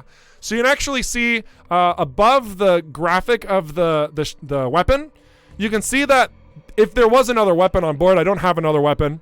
I could make another weapon.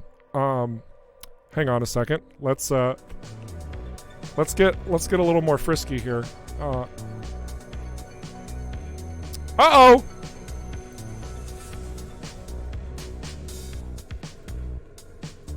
Uh-oh, a little bit of a game crash. No worries, you didn't see anything. You didn't even know about a game crash. Everything's fine. It's working great on this end. Let's talk about that Discord again, huh? It's pretty pump in place. Oh my gosh. Anyway, let's take this moment to talk a little bit more about the items further before we showcase the really cool ultimate again. So we'll just nip that in the bud and cut straight to the chase. So 1 second as I adjust the audio settings and we'll get right back into this.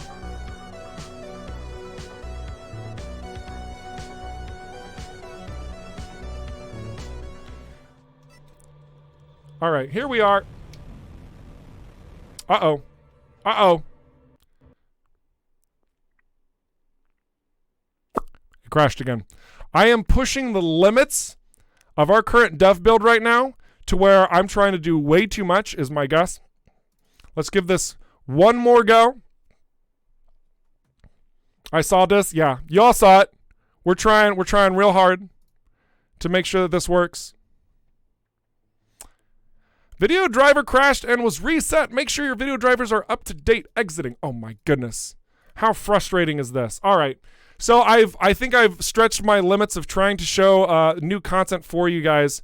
So, but yeah, I mean, there is a lot more to talk about with the itemization, with the UI. Sorry that it's kind of being a butt and not wanting to show up for you guys. But we'll get it on that page in the future. I know for sure we will. We have already talked about some of these components, including what it looks like whenever an item is damaged and when an item burns out.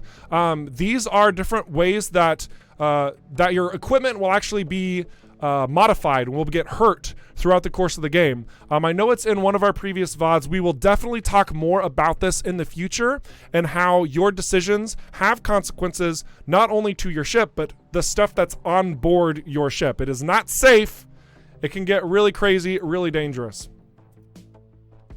So, blame a programmer. I'm not going to blame any programmers because they're watching right now. Excellent. I do see some questions over on YouTube. Sorry about that. Get the mic in my face. I do see some questions over on YouTube. We've got Return of Bukes. Will there be any alternate graphical modes or permutations? I love wireframe and high contrast. I love that question, actually. That's a wonderful little question. So I know that we want to have a lot of cool aesthetics for just for like a gameplay perspective alone. And we will be talking more about what that looks like and showcasing that whenever those elements are ready. I think as a whole, though, we want them to feel a little bit more natural, a little bit more realistic, as opposed to something that's like really far out there. As an example, I'll actually say this. One of the things that I kind of poked about and thought would be really funny and also cool in the game is having like a flat cannon have its armaments be replaced with watermelons. So you're shooting these watermelons from your flat cannon that do area of effect splash attacks, and you see like chunks of watermelon floating around.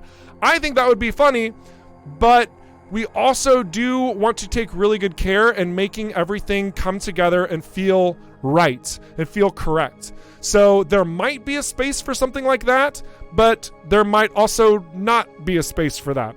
So having a wireframe mode for your ship, that also kind of goes in that realm of it could look really cool, but it might be a little bit too immersion breaking. So we have to be very delicate in how we approach those certain aspects of graphical modification. All right, a really good question. Corey asks, will your ship computer talk to you like it does in the first game? So lore trip time. We actually had a little discussion here in Discord already. Basically, without spoiling almost anything, Everspace 1, you obviously play as a clone who is bound to a hive unit within a colonial fighter, okay? So let's say that one more time. You are a military colonial clone inside of a colonial fighter that uses a colonial hive unit, and it's connected to the Eterna network, okay? We're going heavy in the lore here. So at the end of Everspace 1, some big things happen. The biggest thing to note is that your character, the clone, is now trying to lay low. If you were a militarized asset, I think the first thing that you'd probably want to do is disconnect any knowledge of your existence to any sort of Eterna network, any sort of robotic entities that would know of your existence and be able to translate that anywhere else. So within Everspace 2, we even have seen the tutorial mission where you are no longer piloting a colonial fighter ship. And if you're not piloting a colonial fighter ship, it's probably not going to have a colonial hive unit that's connected to the colonial Eterna network, okay? So I hope you're seeing the bridge that I'm making here, all right? That's about as close to as much information as I can provide regarding the lore without crossing some NDA lines, okay? So that's where we're going to leave it at that. You do not have a ship in Everspace 2 like that you have a talking computer with. And it's because of that bridge that we just explained. Cool.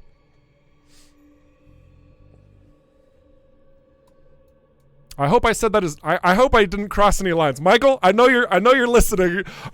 He's probably sweating right now, guys. Michael's like, "Oh my gosh, is he going to say something? Oh my goodness. Eric, you watch it right now."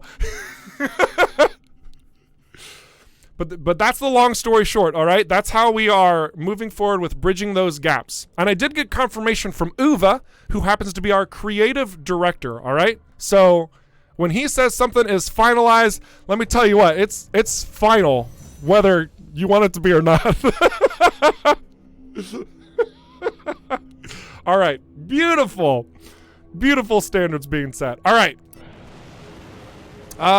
Yeah, so we are back into the prototype build where we're going to be flying around. We are going to be cruising at the speed of how awesome you are. And just talking. We're going to have a good time for about 25 minutes, in fact. So if you have any questions at all about any of the topics that we've been discussing, please, please, please use the chat. This is a space that we are creating for the community. It is community time. Think of it like that, where this stream is entirely run by you. We have the dev team, members of the dev team in the chat who are able to respond very quickly, very accurately to your questions, as well as my big old goofy face up here doing it as well. Also, hi, the bypasser. Just joined and got some juicy lore. That's right, Corius. I love lore, by the way. I'm a very passionate, lore-driven person. When a lore no longer makes sense because certain liberties have been made, it really upsets me. And I am making sure, beyond all things, that we are keeping that beautiful lore established and clean from the connection of Everspace 1 to Everspace 2. And I will not stop until I see it reach completion. All right.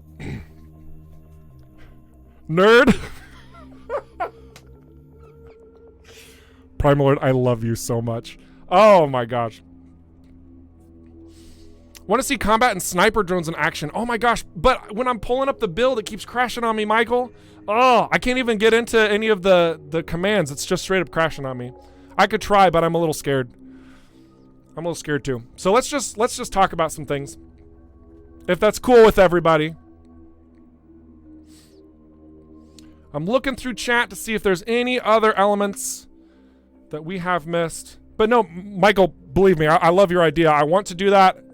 For some reason, it's borking on me. And it might be the builds too, because like I did have it crash once whenever before the stream, blah, blah, blah. Nobody cares. The point is that I'm happy that we were able to show you guys the alt as well as some of those new UI components. So, I mean, you can see that the polish level is just, it's really quite breathtaking. Really happy that things are coming together. Is Everspace 2 going to be just as hard as the first, even though it's not a roguelike? Potato Simpi. So essentially, Senpai? Wait. Oh gosh, how do you pronounce the word? I've seen that word all over the internet and I don't know how to pronounce it. I'm just gonna call you my sweet potato. Oh gosh, this is going in the wrong direction. To answer your question, okay, so basically, we want to design the difficulty within Everspace 2 so that it's more according to where you're at and what you want to accomplish, right? So what that looks like from this level, Senpai, okay, perfect. So what that looks like is having different locations, different, different areas of space. Like say this chunk over here, say this is like a level 1 area, okay? Maybe this is a bad example, I don't know, but like this is like a level 1 area, okay? And then over here, this is like a level 5. So you could zoom all the way over and go over here just out of the gates, but you're going to put yourself in a pretty strong bind if you aren't skillful enough to champion this. At the same time, if you do champion it, you're going to get a lot more experience and you're probably going to get a lot better equipment, which you may or may not be able to equip if you're only level 1. But that option is available to you to kind of up the difficulty level based on your decisions, all right?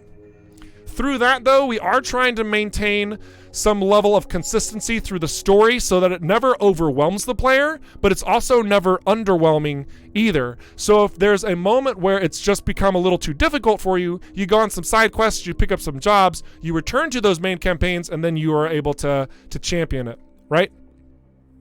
So very, very, very good question. I'm seeing some questions over on YouTube. 1 second, I want to get this Talon 24. So, some space games get a little lonely when the story is over or on pause. Can you say without breaking NDAs? Thank you for putting that in there, by the way, because I was totally going to break NDAs, but now I'm not. Whether there is someone that the protagonist can converse with during these phases. So we have talked about the companions a little bit already. You've probably seen them in some slides and background elements of our vlogs and whatnot.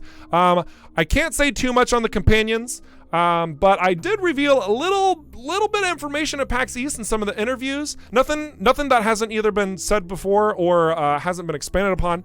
But basically, there are these people that are out there that are persons of interest that will effectively join your cause, if not for a little bit or a long bit, based on interactions and whatnot through the campaign. Think of that same type of interaction you get from Everspace 1, in fact. If you have the downloadable content called the Encounters DLC, which I highly encourage you to go check out if you own Everspace 1, the DLC adds so much content. All of these characters are then added into the game that have their own unique mission chains available to them, right? So we kind of want to bring a component of that back within Everspace 2, where you have these characters that you're meeting that potentially have these mission chains, like these side missions that you can branch off with, and kind of tell these unique respective stories from there, so that you're not just out there by yourself, completely in the lonesome, but rather because this is a game about you trying to find your purpose, trying to feel what it's like to like form your identity. You can't do that by yourself. You have to have growth with these other people that you meet, with these other companions, right? So that's how we are approaching that space and how you are going to be becoming who you want. Very good question. All right, so let's answer a question from Corius on YouTube. He's been waiting. He says, I just saw the update about the cockpits. Will we be able to see first-person views in a stream sometime soon? We are wanting to do first-person in a way that you can see all of that beautiful detail work. It's really hard to say because a lot of our focus right now, I'm going to be straight honest, a lot of it is we're putting emphasis on our mission design and bringing all of that together as a whole. So cockpit design, I mean, obviously you saw on the stream where we've got a lot of concept stuff. I mean, we've already got wireframes for the Interceptor coming together really well. It's certainly things that we are working on, but visually showing that in a stream soon, it's probably going to be a little bit longer than closer to.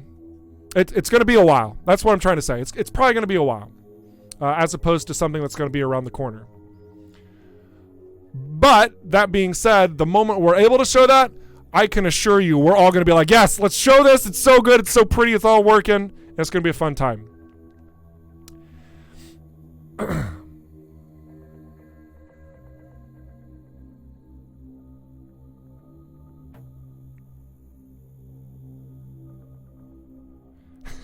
I pronounced the name correctly. Return Butte.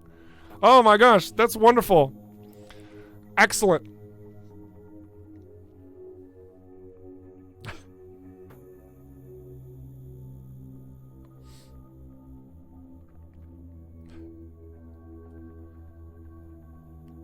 I'd like to be a robot. Wait a second. This is a completely different conversation.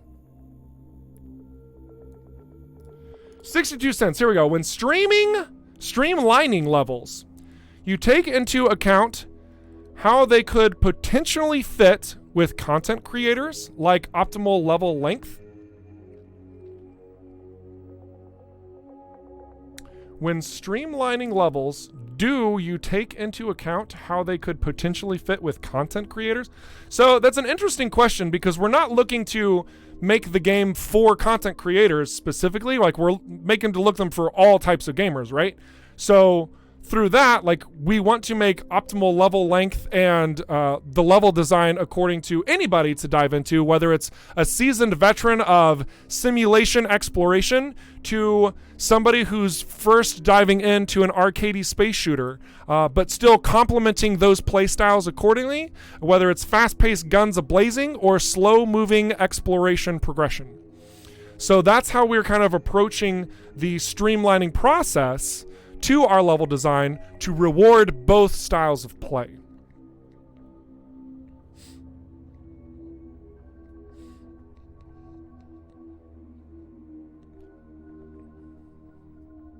These are really solid questions, guys. Thank you so much for spending time in our stream and asking them. If you guys want, I can also, I know that I'm like mostly talking here and I'm not really playing. So I might actually cycle back around and just show like the images that revealed on the stream, because I think that's going to be a little bit more appropriate to do, just so you can see some of the beautiful work that our team has been up to. So let's go ahead and change over to that. Hopefully I pushed the right button. Yes, I did. So we're just going to like cycle between some of this imagery so you can oogle as we're still having these beautiful conversations. So very, very good.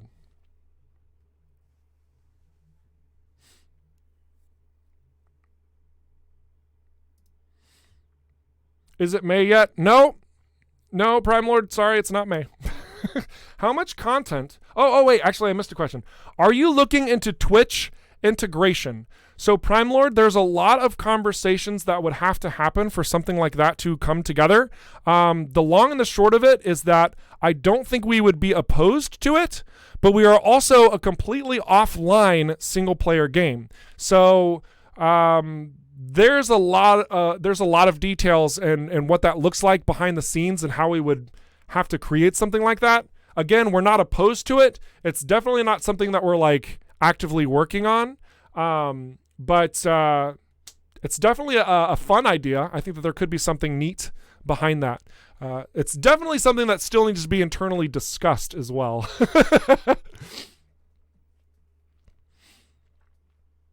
How much content will there be upon the release into early access? That's a potato. You know, it's a really hard question to answer.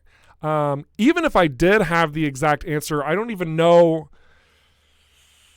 how accurate it would be because there's so much that can change, right? From now until December, right? I mean, that's such a long point of development time. I mean, hopefully we've got, you know, at least like, I don't know. I'm just going to like arbitrarily throw a number out there, like 30 to 40% of the game. You know, that would be nice. So you can really get a good sense of how everything's supposed to be coming together. But it's really hard to say, man. Like, it really is. But we also know that if there's not enough content there, then it kind of defeats the purpose of an early access in order to get it all in place. So, you know, it's like it's kind of a double-edged sword. So we'll have to see when we get there. I know we want to push a lot of content. We'll have to see when we get there. Jeff Craig's pointing something very specific out, which is great. That you can leave a level whenever and come back to it. Yes, very much so. We very much want it to be in a realm where you have persistence in the game world.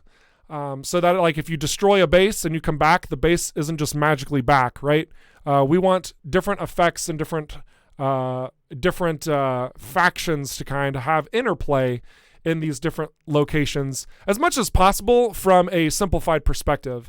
Let me define what that means just a little bit more, just so everyone's clear about the different factions in the game. When I say factions, I'm referring to things like the Okar, the Colonials, the GMB, specific outlaw factions like the Coalition.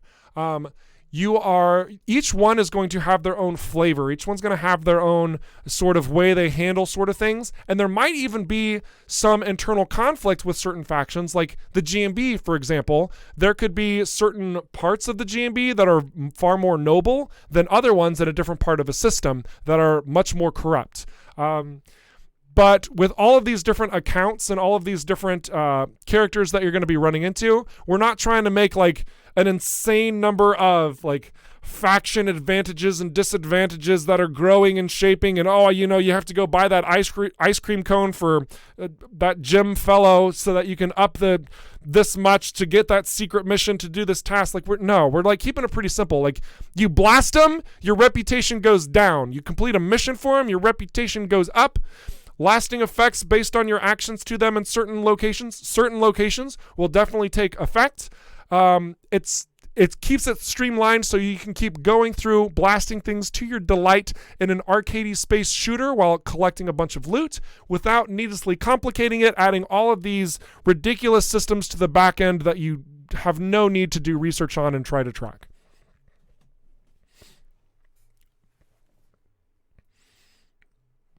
Let's keep changing the ship.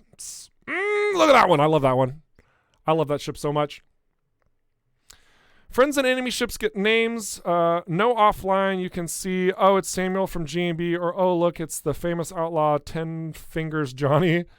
And with Twitch integration, like, look, that's Rockfish Games over there. Yeah, I think there could be fun implementations of Twitch integration for sure, Talon. Like, again, like we're not saying that that's not something that could be really cool or really fun. We agree that it would be. It's just a matter of what does that look like to implement and how much quality and value is the player base going to get out of that. That's what we have to ask ourselves at the end of the day, pertaining to the development time and resources we have to allocate that to bring that to fruition, right? So the answer is maybe. I'm glad you understand, brother. Yeah, it's a really strong 100% chance of a 50% chance. That's what it is.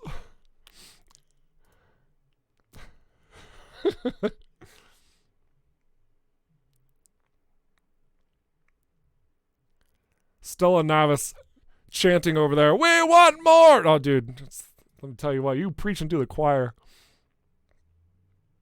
There's a Michigan dev who made an interface simulator. That sounds pretty cool.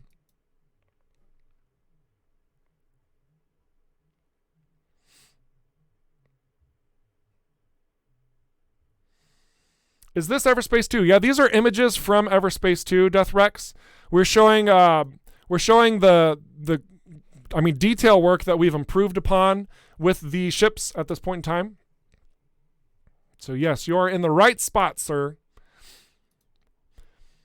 Man, I really need to get some background music for this segment, don't I? I need to talk with Giho. Michael, put that on my docket of things to do. I need to make sure that I get some sick sound design, or maybe even like, just because it's like where there's a comm hub behind me, just like just get like some little noises going. I don't know. It would be nice. That'd be pretty sick. All right, let's keep looking through some of these ships, looking at some more questions.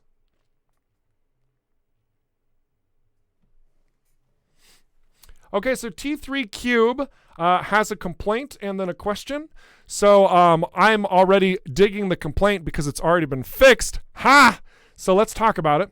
He says, one of my primary problems with Everspace 1 was the blue markers for resources. This was actually a pretty common complaint from you guys. We got a lot of feedback pertaining to how you received it using your human eyes. So now everybody gets cybernetic implants.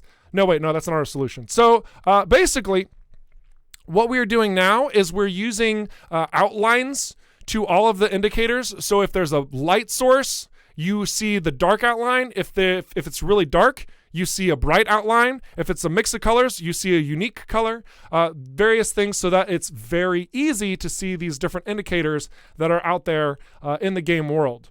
So definitely something that we're correcting from the get-go. We actually tried fixing this. This is a fun little fact. We tried fixing this in Everspace 1, but it ended up becoming way too much work because of spaghetti code, believe it or not. Every time we tried to go back in and re-render or try to adjust in some capacity, it would break something else or provide so much of an issue, it just simply wasn't worth it. It was awful, to be honest. So again, we've soaked in all of that information from you guys. Thank you again for all of your feedback, because you're the ones who really help make these very specific adjustments be modified and be better, to where we are approaching that to see them far more clearly and give you just a little bit more control in the sizes and maybe even the colors this time around. I do put emphasis on the maybe there. I think it would be cool for us to do. We have to figure out if that is an optimal approach for accessibility or not.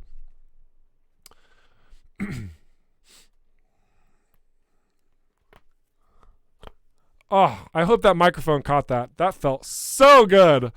Oh my gosh. Any idea if the final release is getting pushed back or just the early access? This is actually a really good question that I'm not actually sure of. Michael, can you comment to that? I know that it affected our alpha, beta, and early access, but I don't know if it actually, I don't think it should affect the full release, but I'm going to yield to Michael on this one. I think something to note, though, just because we have such a long development cycle as a whole, if you're thinking that we are going to be like Oh, you say we say September 15th, 2021, right? I think it would be a little silly to expect us to launch exactly on that date. I think it's kind of like a reference point of this is where we want everything to come together, but a lot can happen in a year and a half, right? A lot can happen. So we do need just a little bit of flexibility on that before we start making these absurdly hard promises. And Michael says we are still planning full release 1.0 in late 2021. There you have it, ladies and gentlemen. Full release has not been modified. We are still on track. So that is great. And then he says, but might also drop in Q1 2022. It's okay. Everything's fine, okay? Everything is great. It's just going to be, like I said, we need that little realm of flexibility.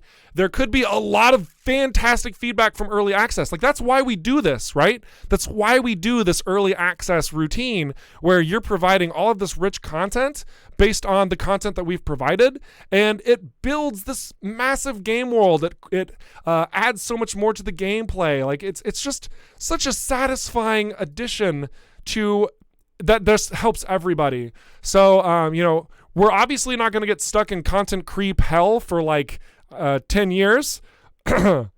Wink. So we definitely are sticking true to getting around that space around that time. That is for sure. Oh my gosh, I love this so much. Okay. There's my moment. I needed that moment. Thanks everybody for your time. All right, we got like 2 more minutes. Any more questions? Any more great questions? We got Jackson asking Everspace 1 question. Is it possible to turn off controls on your ship, specifically on console? Contrails? Jackson, I need help. I need help. I don't know what contrails means. Are you asking about controls?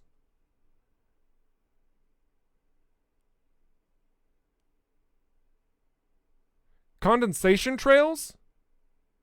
Oh, chemtrails. Oh, okay. No, you can't. That's the answer. No, you can't. Oh my gosh. You cannot disable those. That would be pretty cool though. I know that we've also talked about other really neat little effects for the player ship and its visualization and its approach as well. Actually, we're going to cycle backwards now. We're just going to go through the whole thing again. Because like at one point, I think there was a discussion about like being able to customize like the engine trail color, for example.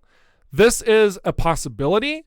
We have to see what that looks like from a development standpoint. I think I actually heard a really cool suggestion pertaining to like the various lights on the ship. I don't know if we actually have any here that have any lights on them. Oh, well, no, that's not it. Actually, yeah. So right here where the mouse is, can you see that? Right there. Right there. That is an added light source on the ship, as well as right there. You can see where the mouse is moving there. If we could customize these lights on the ship, again, I think it would be really cool. We have to see what that looks like because this is multiple layers of customization that we've already got on multiple layers of customization.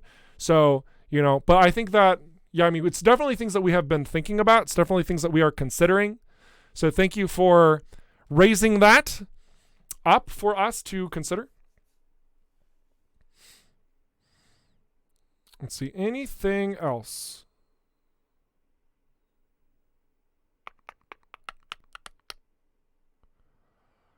I think that about wraps it up.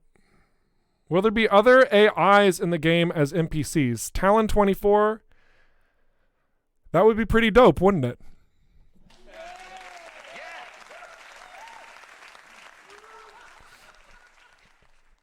All right.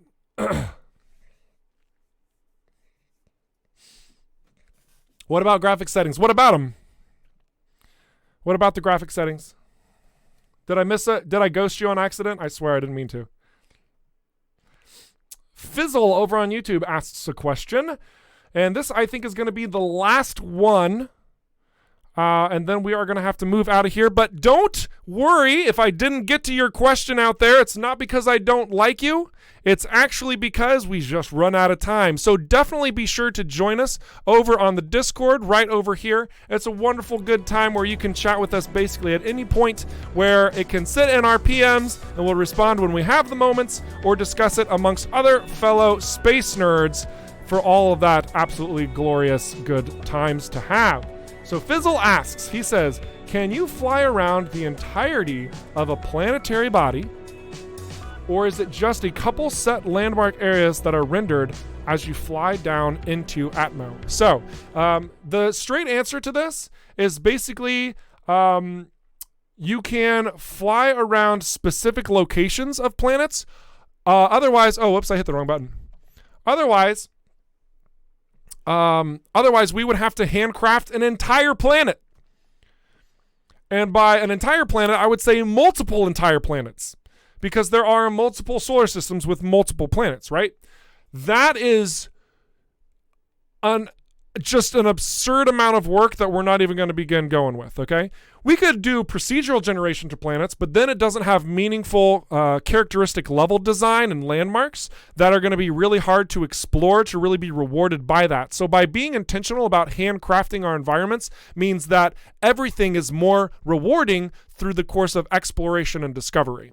And that is how we are sticking to having specific spots that you'll travel to planets as opposed to a entire planet that you're flying down in Atmo. Okay, guys, that is everything that I've been able to answer today. I really appreciate all the questions. I really appreciate all the fine conversation with you guys. You have been so wonderful out there. Seriously, thank you so much for being a part of this stream.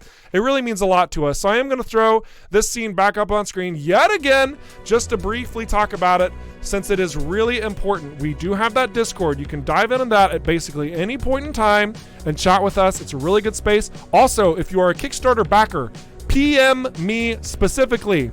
I am on there as RFG Eric, or you can search for Giraffosaur. I would love to give you a backer role badge so that you can be in the Discord with style. And that's how we like to do.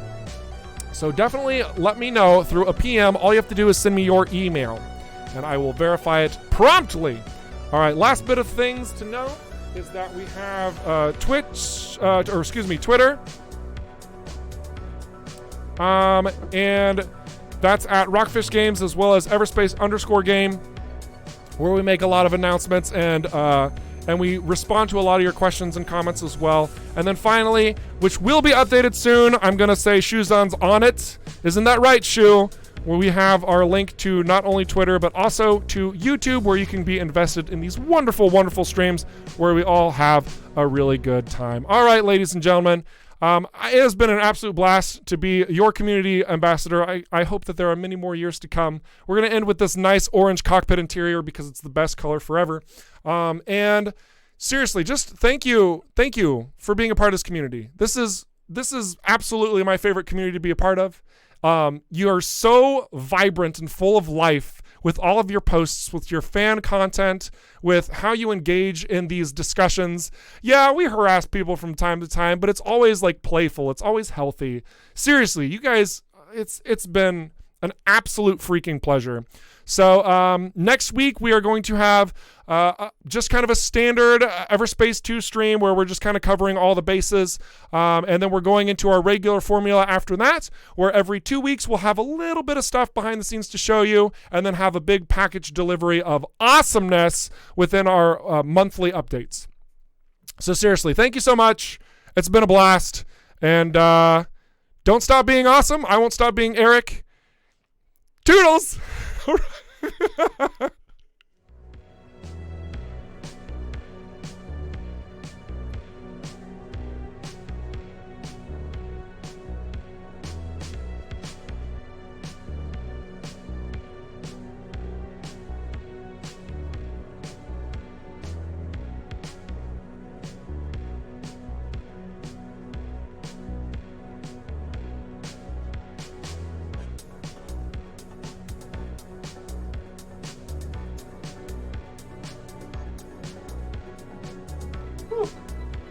That was awesome.